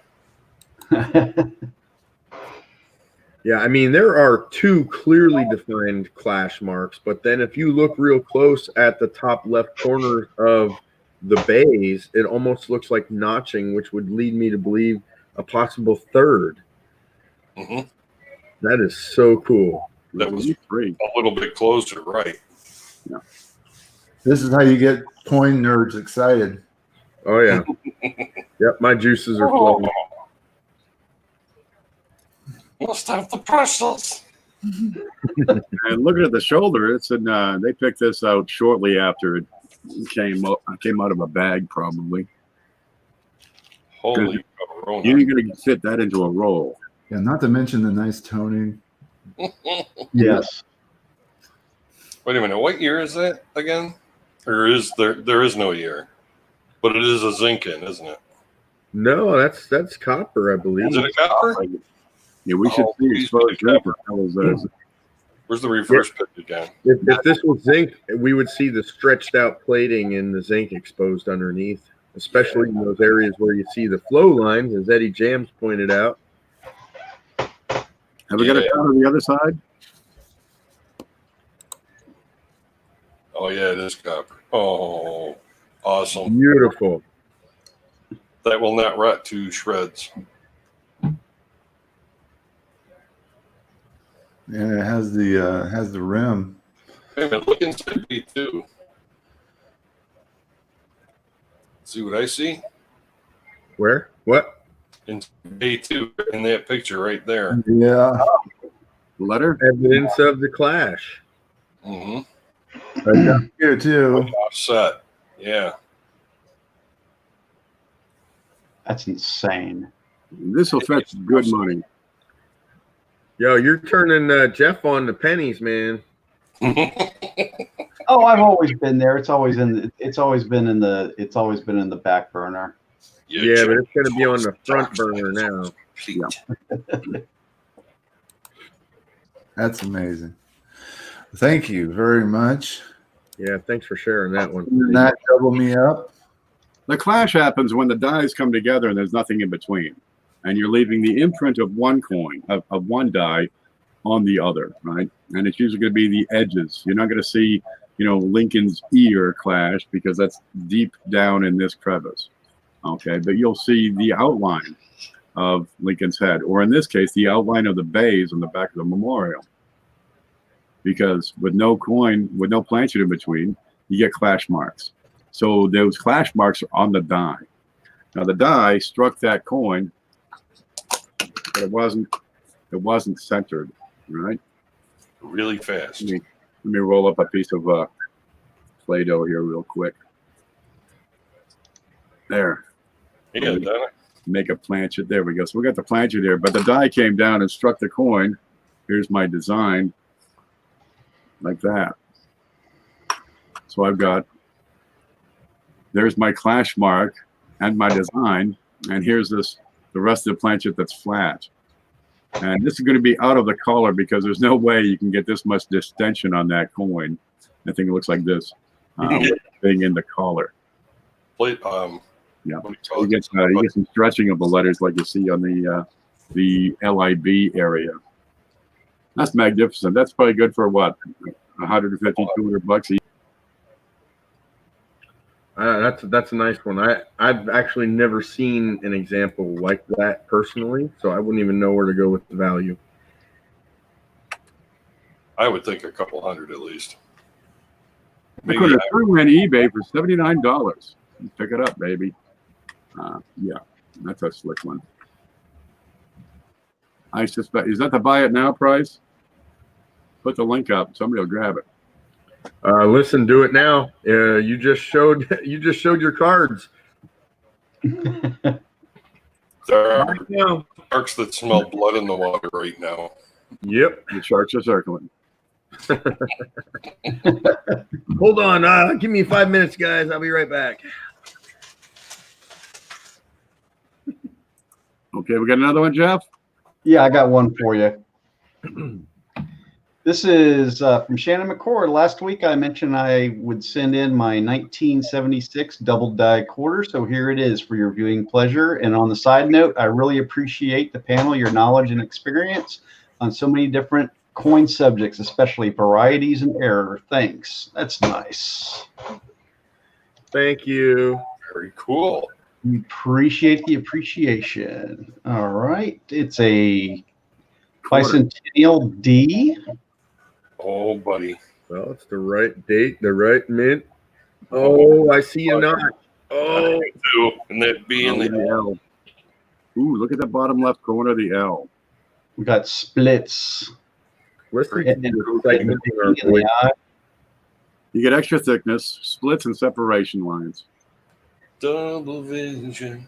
Ooh, good one. Frank, you should play that on the guitar while we talk about this coin. I know, right? Yeah, they're going to use this on a double mint bubble gum commercial. Oh, that's Yeah. I'm sorry, but in this case, I'd have to say I prefer the blonde twins on the commercials. Okay, the blonde twins can hold the coin. I'll look at all. There we go. There you go. Little crossover.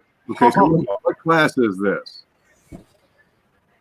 class. What class is this?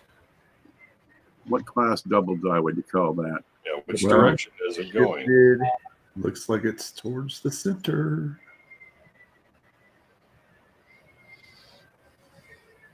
To me, so that would make it a class. The way the L and all the serifs on the top of it too. Mhm. Found in pocket change, folks. Awesome possum. You know what? This sounds like one of those super hyped up YouTube videos. You can find this in your pocket change. But in this case, it would actually be true. And it's Can you show the RTY as well? RTY. Let's see. So I'd like to see the W Yeah. in we. That's me. okay, so now this has rotational doubling on it. Yeah. So that would indicate class 1 or class 5. And it's pretty uniform too. See how it's to the left? It's counterclockwise. E. So And I always thought they figured that out the other way around. now I've changed my answer to But it's very, very thin over there in God we. So we got clockwise, but it's not even, which says class 5. is it Yeah. So you get a rotation point down there by say K5. Yeah, if the date was also double, I would probably be saying class 1, but it's a pivot, so that the from 2 o'clock, I guess from 8 o'clock to 2 o'clock. Mhm. So where's the least amount of doubling? Right under the mint mark area. Under the The mint least mark, amount of maybe doubling around, is in the center. maybe The around. least amount of doubling is in the center. Well, yeah. I'd say This is a class 1.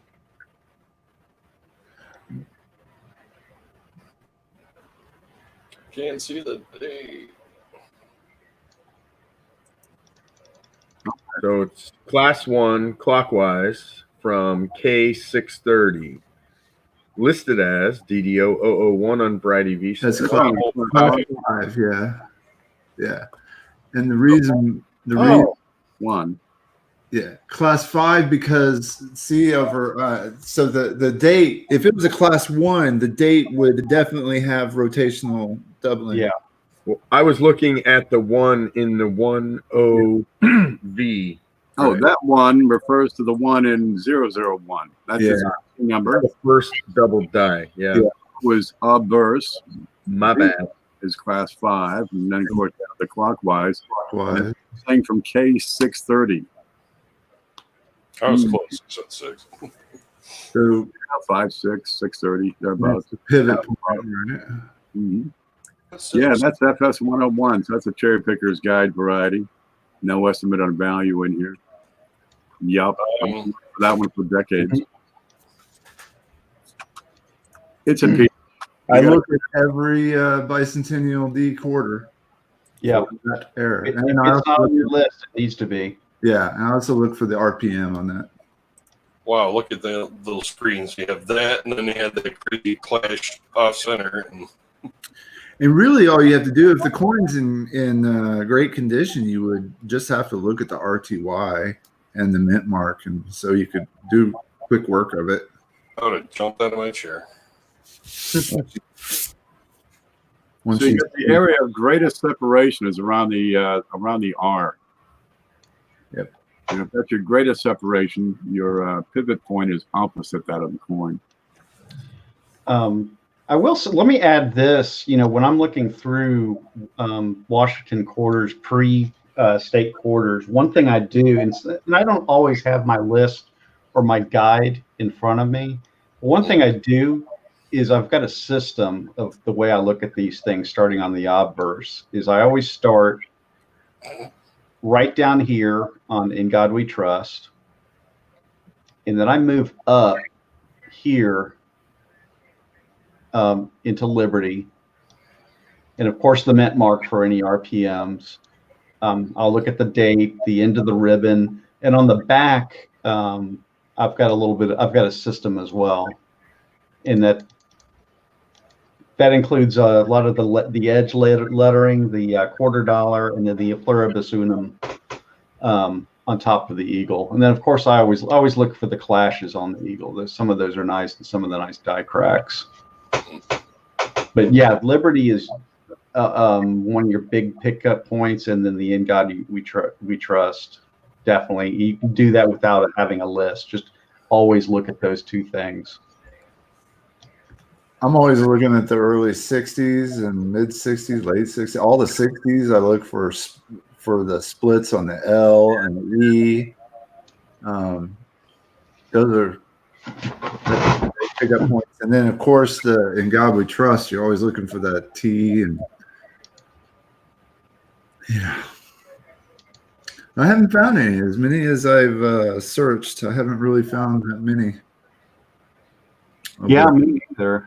I resell I actually hoard my Bicentennials, and I'll sell like a bunch of them on eBay for a small premium. There's people out there that do hoard them still.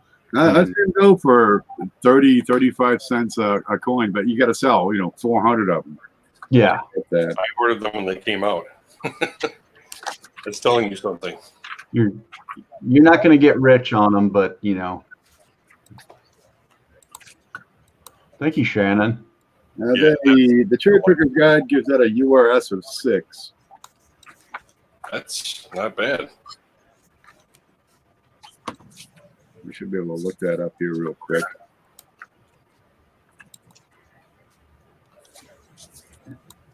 Let's go back to that one picture, shall we? That's several. That's thousands. 10,000 maybe. I don't remember. With a URS of 6, they're saying 17 to 32 known examples. Oh, I was way off.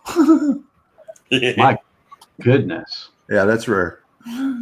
Really rare. Boy, I don't know if I agree with that number though. Yeah, the book's it's been out for a while. It's probably up to URS 7 or 8 by now. But you're looking at a couple of hundred specimens, maybe, have been discovered. Seriously, these dye varieties, there aren't that many people hunting for dye varieties and attributing correctly. And something like this really jumps right out. Oh, jeez. Some of these RPMs, although they may have produced tens of thousands, perhaps hundreds of thousands, a lot of them have been lost to time and lost to wear. Changing cars and You wear this coin down to very fine, very good. You can start to lose the ability to identify it correctly. Yeah, that's a winner. Winner. Winner, winner, chicken dinner.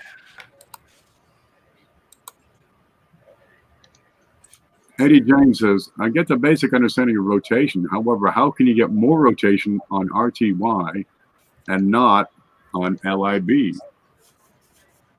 Okay, let me give you an idea there. What you're talking about, I'll give you a for instance. with class 1 doubling, that's where the die rotates. You know, the hub goes into the die, leaves an impression, then is retracted, and there's a rotation around the center, okay? And it's struck again. So all your rotation is around the edge because it's the furthest point, okay? With a class 5, your point of rotation is over here, okay? So near the point of rotation, you have very little distance added, where far from it, on the other side of the coin, or the other side of the die, that's where your area of greatest rotation is, because your rotation point's not on the center. Does that explain anything? Yes. Good. Okay, let's move on. Invest in Play-Doh. What you got here from Jason Z? Check out the cut I found in Change. Oh, cuds are nice. We like cuds. That's a yeah. In pocketry. And so many people look at that and say, oh, it's just, you know, a junky nickel. Throw that back in the change bucket. Get a piece of coffee with that. Oh, what's on this thing? Get rid of it. That one's messed up. It is. How many people have looked at that and said, that's a frigged up nickel? Look at When you see something and it makes you go, huh, that's funny. Yeah, that is funny. That's when you give it more attention. See the weak area here? There is no America because you didn't have the opposing force. Sucked all the metal in. Because the obverse die was missing a big chunk at the side. Oh, very nice. Really interesting shape of the between the cut and the head.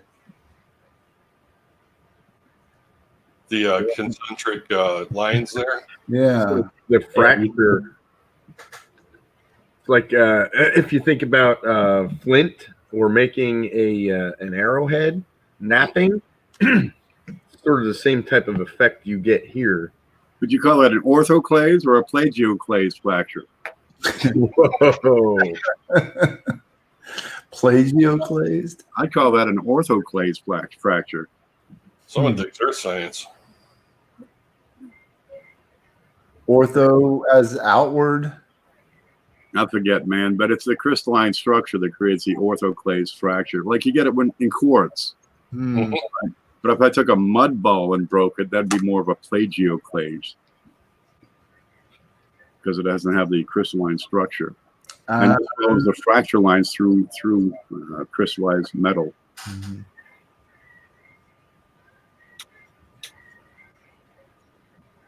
Didn't everybody take Pop. Geology? Like if you leave Pillsbury biscuits out on the counter too long, Yeah. and you just go pop. A biscuit broken would be a plagioclase fracture, where ice would be an orthoclase. I think my nerd is showing. I think you had too many beans tonight. I think I've had enough beans. You'll know when I've had enough. Speaking of fractures. Yep, that's an awesome find. Yes. Yes. Absolutely. Okay, let me see if I get another one. Good Lord, they're coming in. You want to send your photos early on, folks. I'm going to try to open one up here.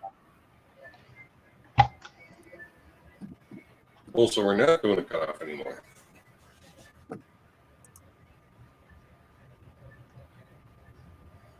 Oh, it's the dot. Let me try to pull that one up. That would be a Canadian.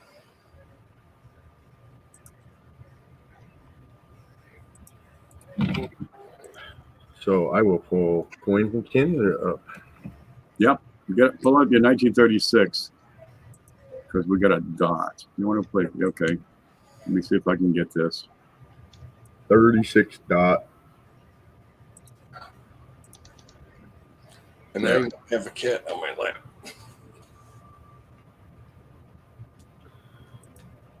So from Michael Laframboise, we have got a Canadian penny here. And I'm almost there. Screenshot. There it is. And he's showing us a 1936 Canadian penny. And we tell this because it says 1936 and it's round and it's brown and it has the design of a penny. He's got right down here the dot. Not quite the right location. Not quite. It should be up here and larger. Yep. So this is probably a die gouge rather than the 36 dot. Right. That is, see if I get some information on it.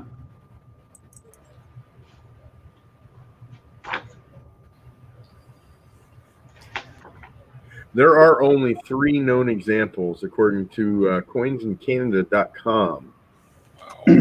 At one point in time, a certain gentleman named John J. Pittman owned all 3. Yeah, so for 35 years, this coin wasn't even available to any collectors. So it looks like they're following this coin pretty thoroughly. They're naming another owner of the coin, George Cook. Pedigree. Yeah. And put these side by side. We can try to compare. I would definitely think you would want to look at that twice. Yep. We look at the height. Draw a line from the 1 to the 6, and check out your distance down. Look at the dot itself and see if it's the right distance below that line, and you can draw a line from the center, which you've done here, and that looks real close. But the size of the dot, and well, it's too far down. Yeah. Just not it. But by God, you're looking for it. Keep an eye out because this is $250,000. They go for big money. The 36 dot. Of course, it's Canadian dollars, so convert that to US, and maybe it's only 180,000. On January 10th, and I'm going to assume this is probably 18 or 19. Heritage had a specimen go for $402,500. Wow. In US? She's also that in cash. Let's see. It doesn't say, but this is a Whitman guidebook. Good point. Is this in U.S. dollars or Canadian dollars? Nope. I'm going to tell you, anybody that pays that kind of money for a coin just because it has a dot on the back.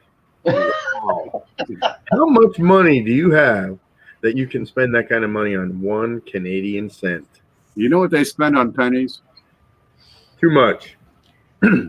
Lord, some of them things they spend a fortune on.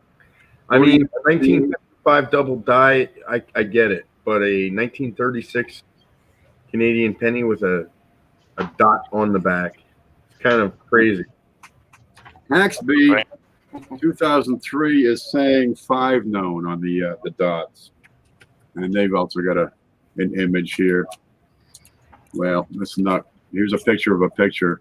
But the dot on this 36 is considerably larger than what's showing in the image from Mike. Yup, 5 known. Can we zoom in on that? Can you? That'd be like our 64 SMS coins There you go.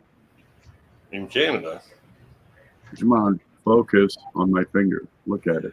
Look, there it is. And compare the size of that dot Do not know it. to the size of this dot. Poor man's dot. That's a poor man's dot. Keep that, baby. Yeah, you put that on eBay and sell it for $100 to somebody. There you go. Poor man's dot. Find that. Well, you're on the right track, baby. Good eye catching that. Wow, that's Yeah. even smaller than the regular one.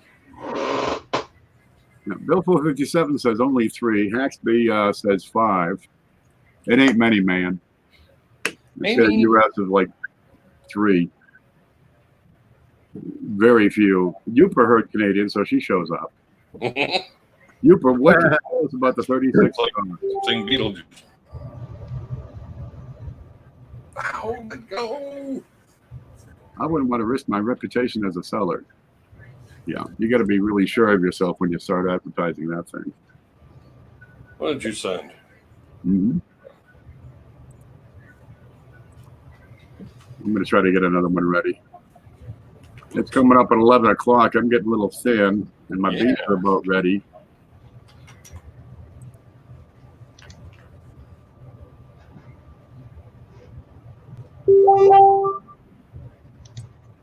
Whoa.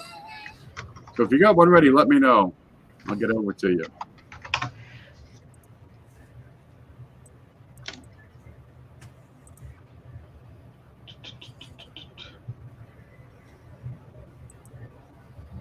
Getting messages left, right, and center here.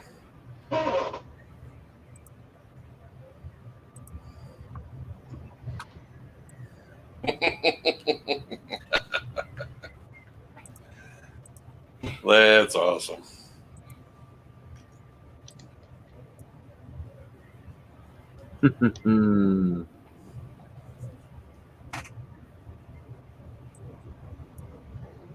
Killing me, Smalls. Then again, if I had it, yeah. Now we'll go through, before the show, and get these lined up. So we got photos at the ready. Let me see if I can stop, Drop and roll. Well, I got too much on the screen here, so here's the screenshot. Okay, what you got here? It's from Chris Vanderveer.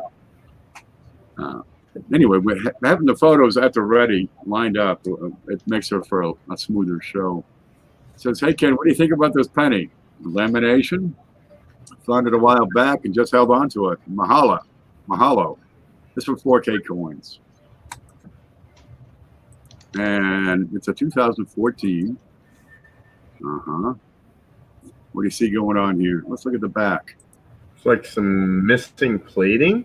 Oh, wow. What you got going on here? Peeled off, lady.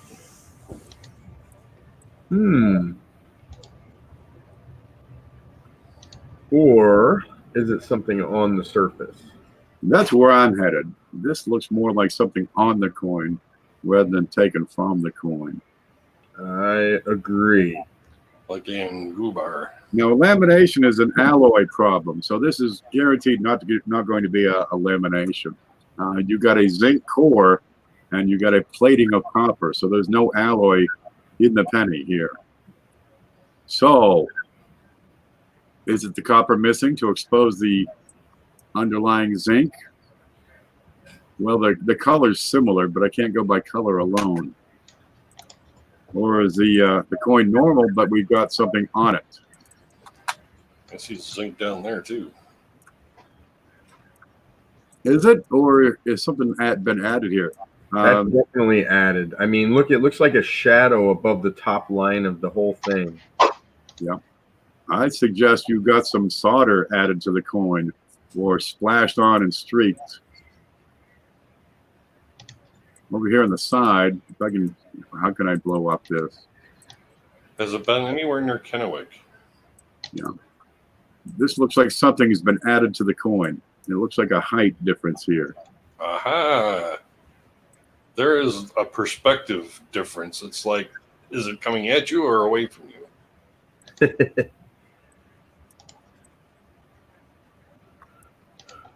And there's a stain, even though you don't see the silverish color right there on the left. There's still like a stain, like it might have kind of touched it and fell off in between the shield and the D. Good day. But I've worked with solder. I've soldered copper pipes, and this sort of a gappage is not uncommon.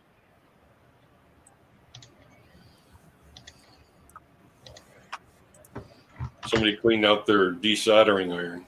Yeah, somebody's working on some pipes, and well, here's a penny. Yeah. Because Oh, those look, things are like those things that your mom used to shove up your nose to get the. Never mind. But this is indicative of a contaminant on the coin. There we go. We're back. With the heat from the soldering gun, change the color of the copper. Not necessarily. What if the solder drips onto the coin? Because solder is going to melt at a whole lot lower temperature than the copper. Zinc would melt before the copper would. I think copper is what, 700, and zinc is in the 400 range, upper 400s. And lead is even lower than that. And solder is, I don't know, 385 or some darn thing. Copper can easily discolor.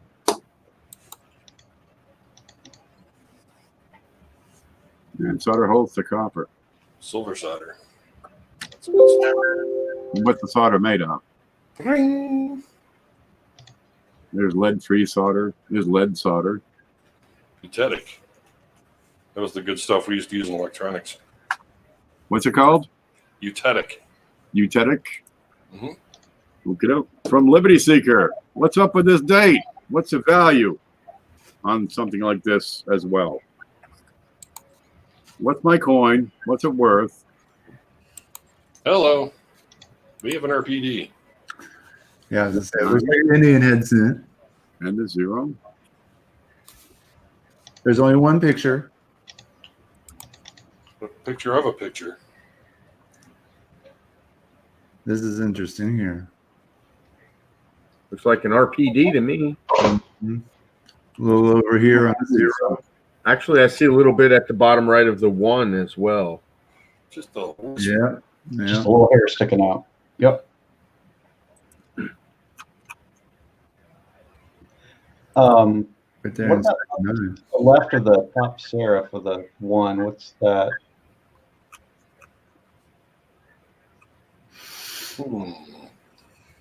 Smushed.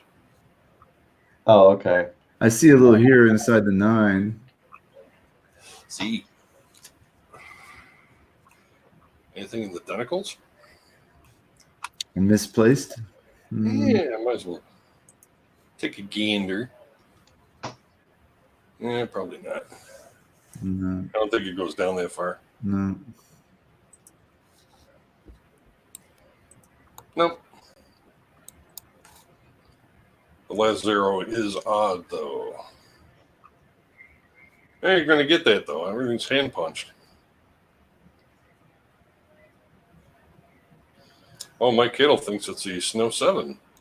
I'm looking at Snow All right. RPD 7 right now, matter of fact. Imagine that. Good If job. it'll ever load.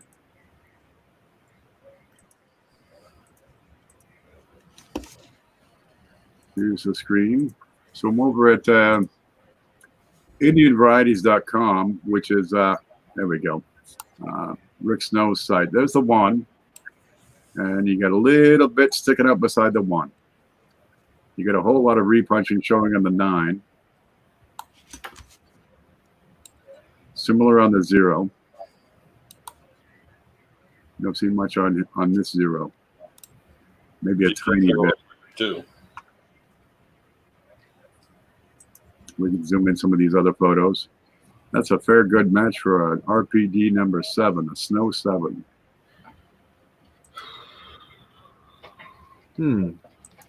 Pretty sure I have one of those for sale. And he's got a pretty nice wood for his example. See that, Frank? See that wood, man? Have you got a tiny little die chip beside the acorn on the reverse? I'll be right back. And you've got a second example here. That's snappy. I'm not seeing that die chip here, though.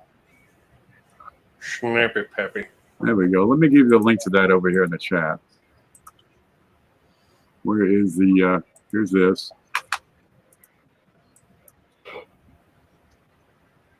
So Snow 7 is what it's looking like. There. It's a peach. That's hot. With or without the lint, it's still a peach. Mm-hmm. It's a fuzzle. A repunched 8. Yeah, they used to punch some mint marks in by hand. And back before 1909, on the Lincolns, on the Indians, they punched in the dates by hand. And this goes back, all the way to when they started making their coins, 1790 something.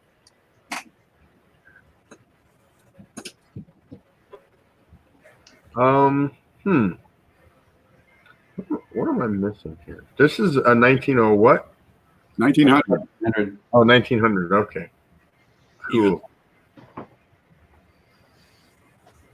120 years old. There it is. Another cool one to share. Thank you.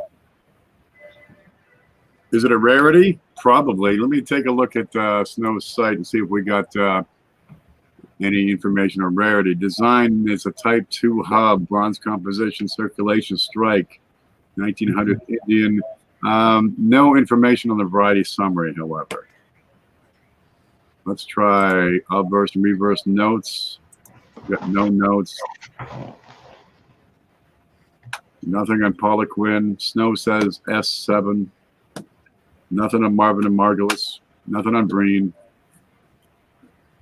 I have no further information to offer you. But you could probably expect that these Indian head varieties are few and far between. Mm-hmm. Right? These things circulated for many, many years. These 1900s, they were still circulating in the 40s and 50s. All right, you go back 50 years. Do you find 1970 pennies in your change right now? Absolutely. As a result, a lot of these were well worn. I mean, good, very good. And you start to lose a lot of these varieties because you can no longer identify them once the wear gets to a certain point. Mm-hmm. And this is decades, before a lot of people were hunting for varieties.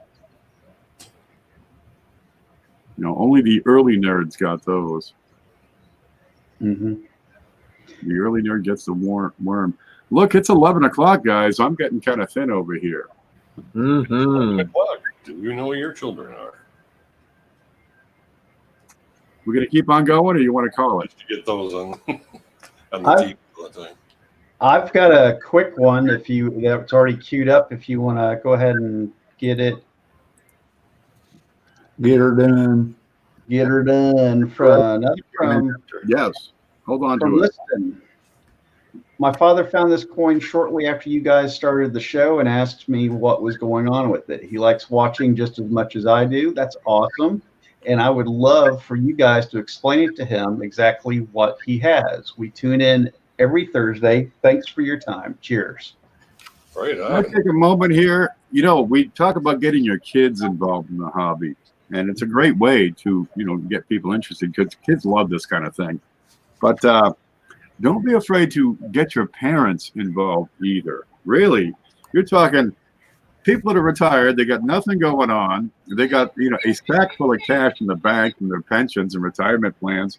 What a great way to get people involved in the hobby. Hey, Dad, take a look at this penny. Can you tell me anything about that, Dad? Yeah, it's what they looked like when I was a kid. All right, so it's a 1919, and we've got it pretty beat up. It's pretty worn out. It looks like my guess would probably be some lamination. The picture's a little hard to tell. I'm with you there, Jeff. Just a little bit of lamination around the rim there. Well, lamination is usually linear. I know. My first thing was somebody treated it with Nicodate. And we got a reverse. I got to tell you, I think this horse has been rode hard and put away well. Ooh. Oh yeah, it's there's got some cracks up here in the surface, and we look over here in the up here by the weed ears. That's so a lot is chipped away and flaked off. There's, I don't know. It just seems like something has really devastated the surface of that. Yeah, Just I need doo-doo. probably a combination of doo-doo damage and lamb. And you can see some I think you flaking down here at Intemperate youth. K5. That's some debris stuck in the coin. It looks like you got some odd shape to it too. So has it been damaged? Has it been squished? Almost looks melted like with high current. Hope they didn't use that for a fuse. Electricians find them all the time. Mhm. You think it's a fuse? You know, they used to, back in the day when they had the disposable fuses, The people would put a penny into the fuse box rather than go to Sears and buy another penny. You've just put an infinite current fuse into your fuse box, yes. Yeah, that one's not gonna pop on you. Yeah. I had an old 78 Nova, and when my fuses would pop, I'd take them out, wrap them in aluminum foil, and put them right back in. There you go. My dad told me that trick before too. It worked. Don't use it like that for long, but if you got to get somewhere, that's something you can We do. used to call that cruising in the Yeah, your dad would probably tell you about using pennies in fuse boxes. 22 caliber bullet doesn't do a good job either. That's not a good idea. Oh, That's bad luck. yeah, that is bad luck. Did you check the fuse box? Yeah, sure. Oh, There's a little story linked to that I'll share off here. yeah, that, Well, we sure appreciate you guys sending in all your coin picks and Yeah. Speaking sharing of with us. 22, I had a Jehovah come to the house today. I'm pretty sure I missed him.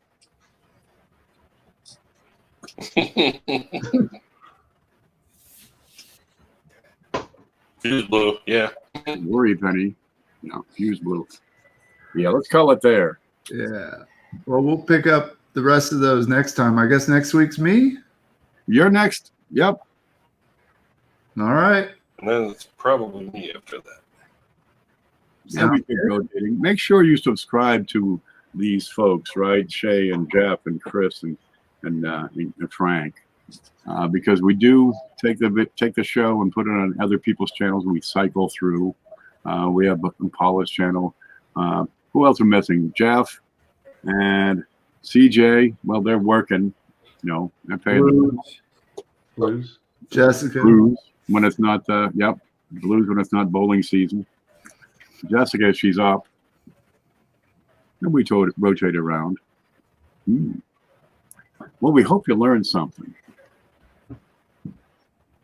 I did. I learned a little bit tonight myself. So that's always great to be on the panel and to learn a little bit myself, a little bit too. Yeah. There you go. Anybody remember what Chuck Woolery used to say at the end of Love Connection? Oh, 2 and 2 and 2. 2 and 2. 2 and 2. Thanks, everybody. yeah. Good night, everybody.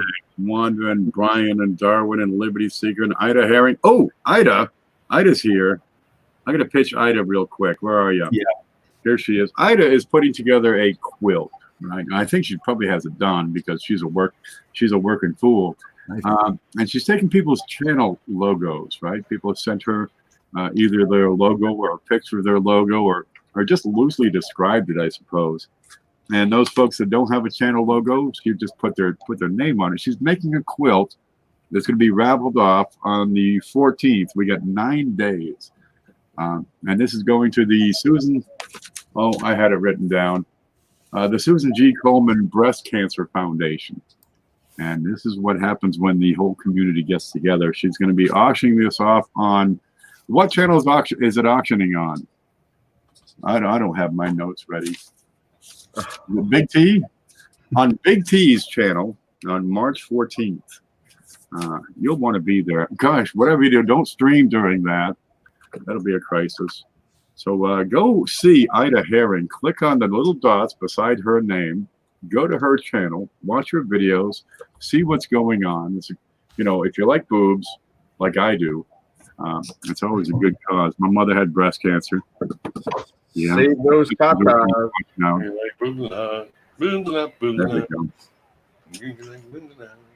Speaking of boobs, Detroit treasure hunter there had another cool catchphrase. Take care of yourselves and each other. I know where it's from. Do you guys know where it's from? Anybody? Chips? Jerry Springer. Oh, Jesus. Okay. That Jerry Springer phone coming up next. And that's at 6 p.m. Eastern time on the 14th on Big T's channel. But if you get over to Ida, you can get all the information on that. And of course, lots of channels will be talking this up in the meantime. Okay. Look, I'm going to do the Q&A group. The Q&A group on Facebook, which I swear I had it up here to show. Is this it? Amanda. Where's the screen? Here's the screen. No, that's not it. What is that? Well, that's a guy in Florida who stole $33,000 worth of rare coins and took them and dropped them in a coin star. And got $39 back. Okay, the coin Q&A, here it is. It's a group over on Facebook. I'll give you the link here in the chat. And folks have learned, I can just post my coin pictures in there, and sometimes we'll answer them. There it is. Yeah, we'll give you a well done. There it is. Who is this? Robert Adams sent a couple of coins into Konica and got a new listing. There it is. So if you're on Facebook, I did have it up. Okay, here's this. Now this is level 2, so we're gonna have some higher expectations. That's right. I'm thinking there's going to be a funky screenshot posted there in the near future. I'm not sure, but we'll see. There we go. If you're going to ask questions in that group, you do want to do your homework. If you just want to know if it's a large or a small date, you really should be doing a little bit of homework on your own, a little bit of research on your own. by gosh, one thing we're going to do over there is push you to go further, take it to the next level, become a numismatist. Yup. And your activity is going to breed experience, and your experience is going to give you more confidence. And with enough confidence, there's nothing you can't do. Folks, we do this all the time. We've been doing it for years. A lot of folks in the chat have been doing this sort of thing. We're finding stuff, and you can too. But there's a lot of learning to do. Is that about it? I'm going to Take care take of yourselves and each other. There you go. Juan says, good night from Miami. All right. God love you. Night all. Great stream. Kenny, you're referring to me? I'm lazy tonight. I'm not referring to you tonight. Tomorrow I'll refer to you. There you go. Yeah, I'm going to take off, guys. You stay groovy, okay? Night. Tasty pinata.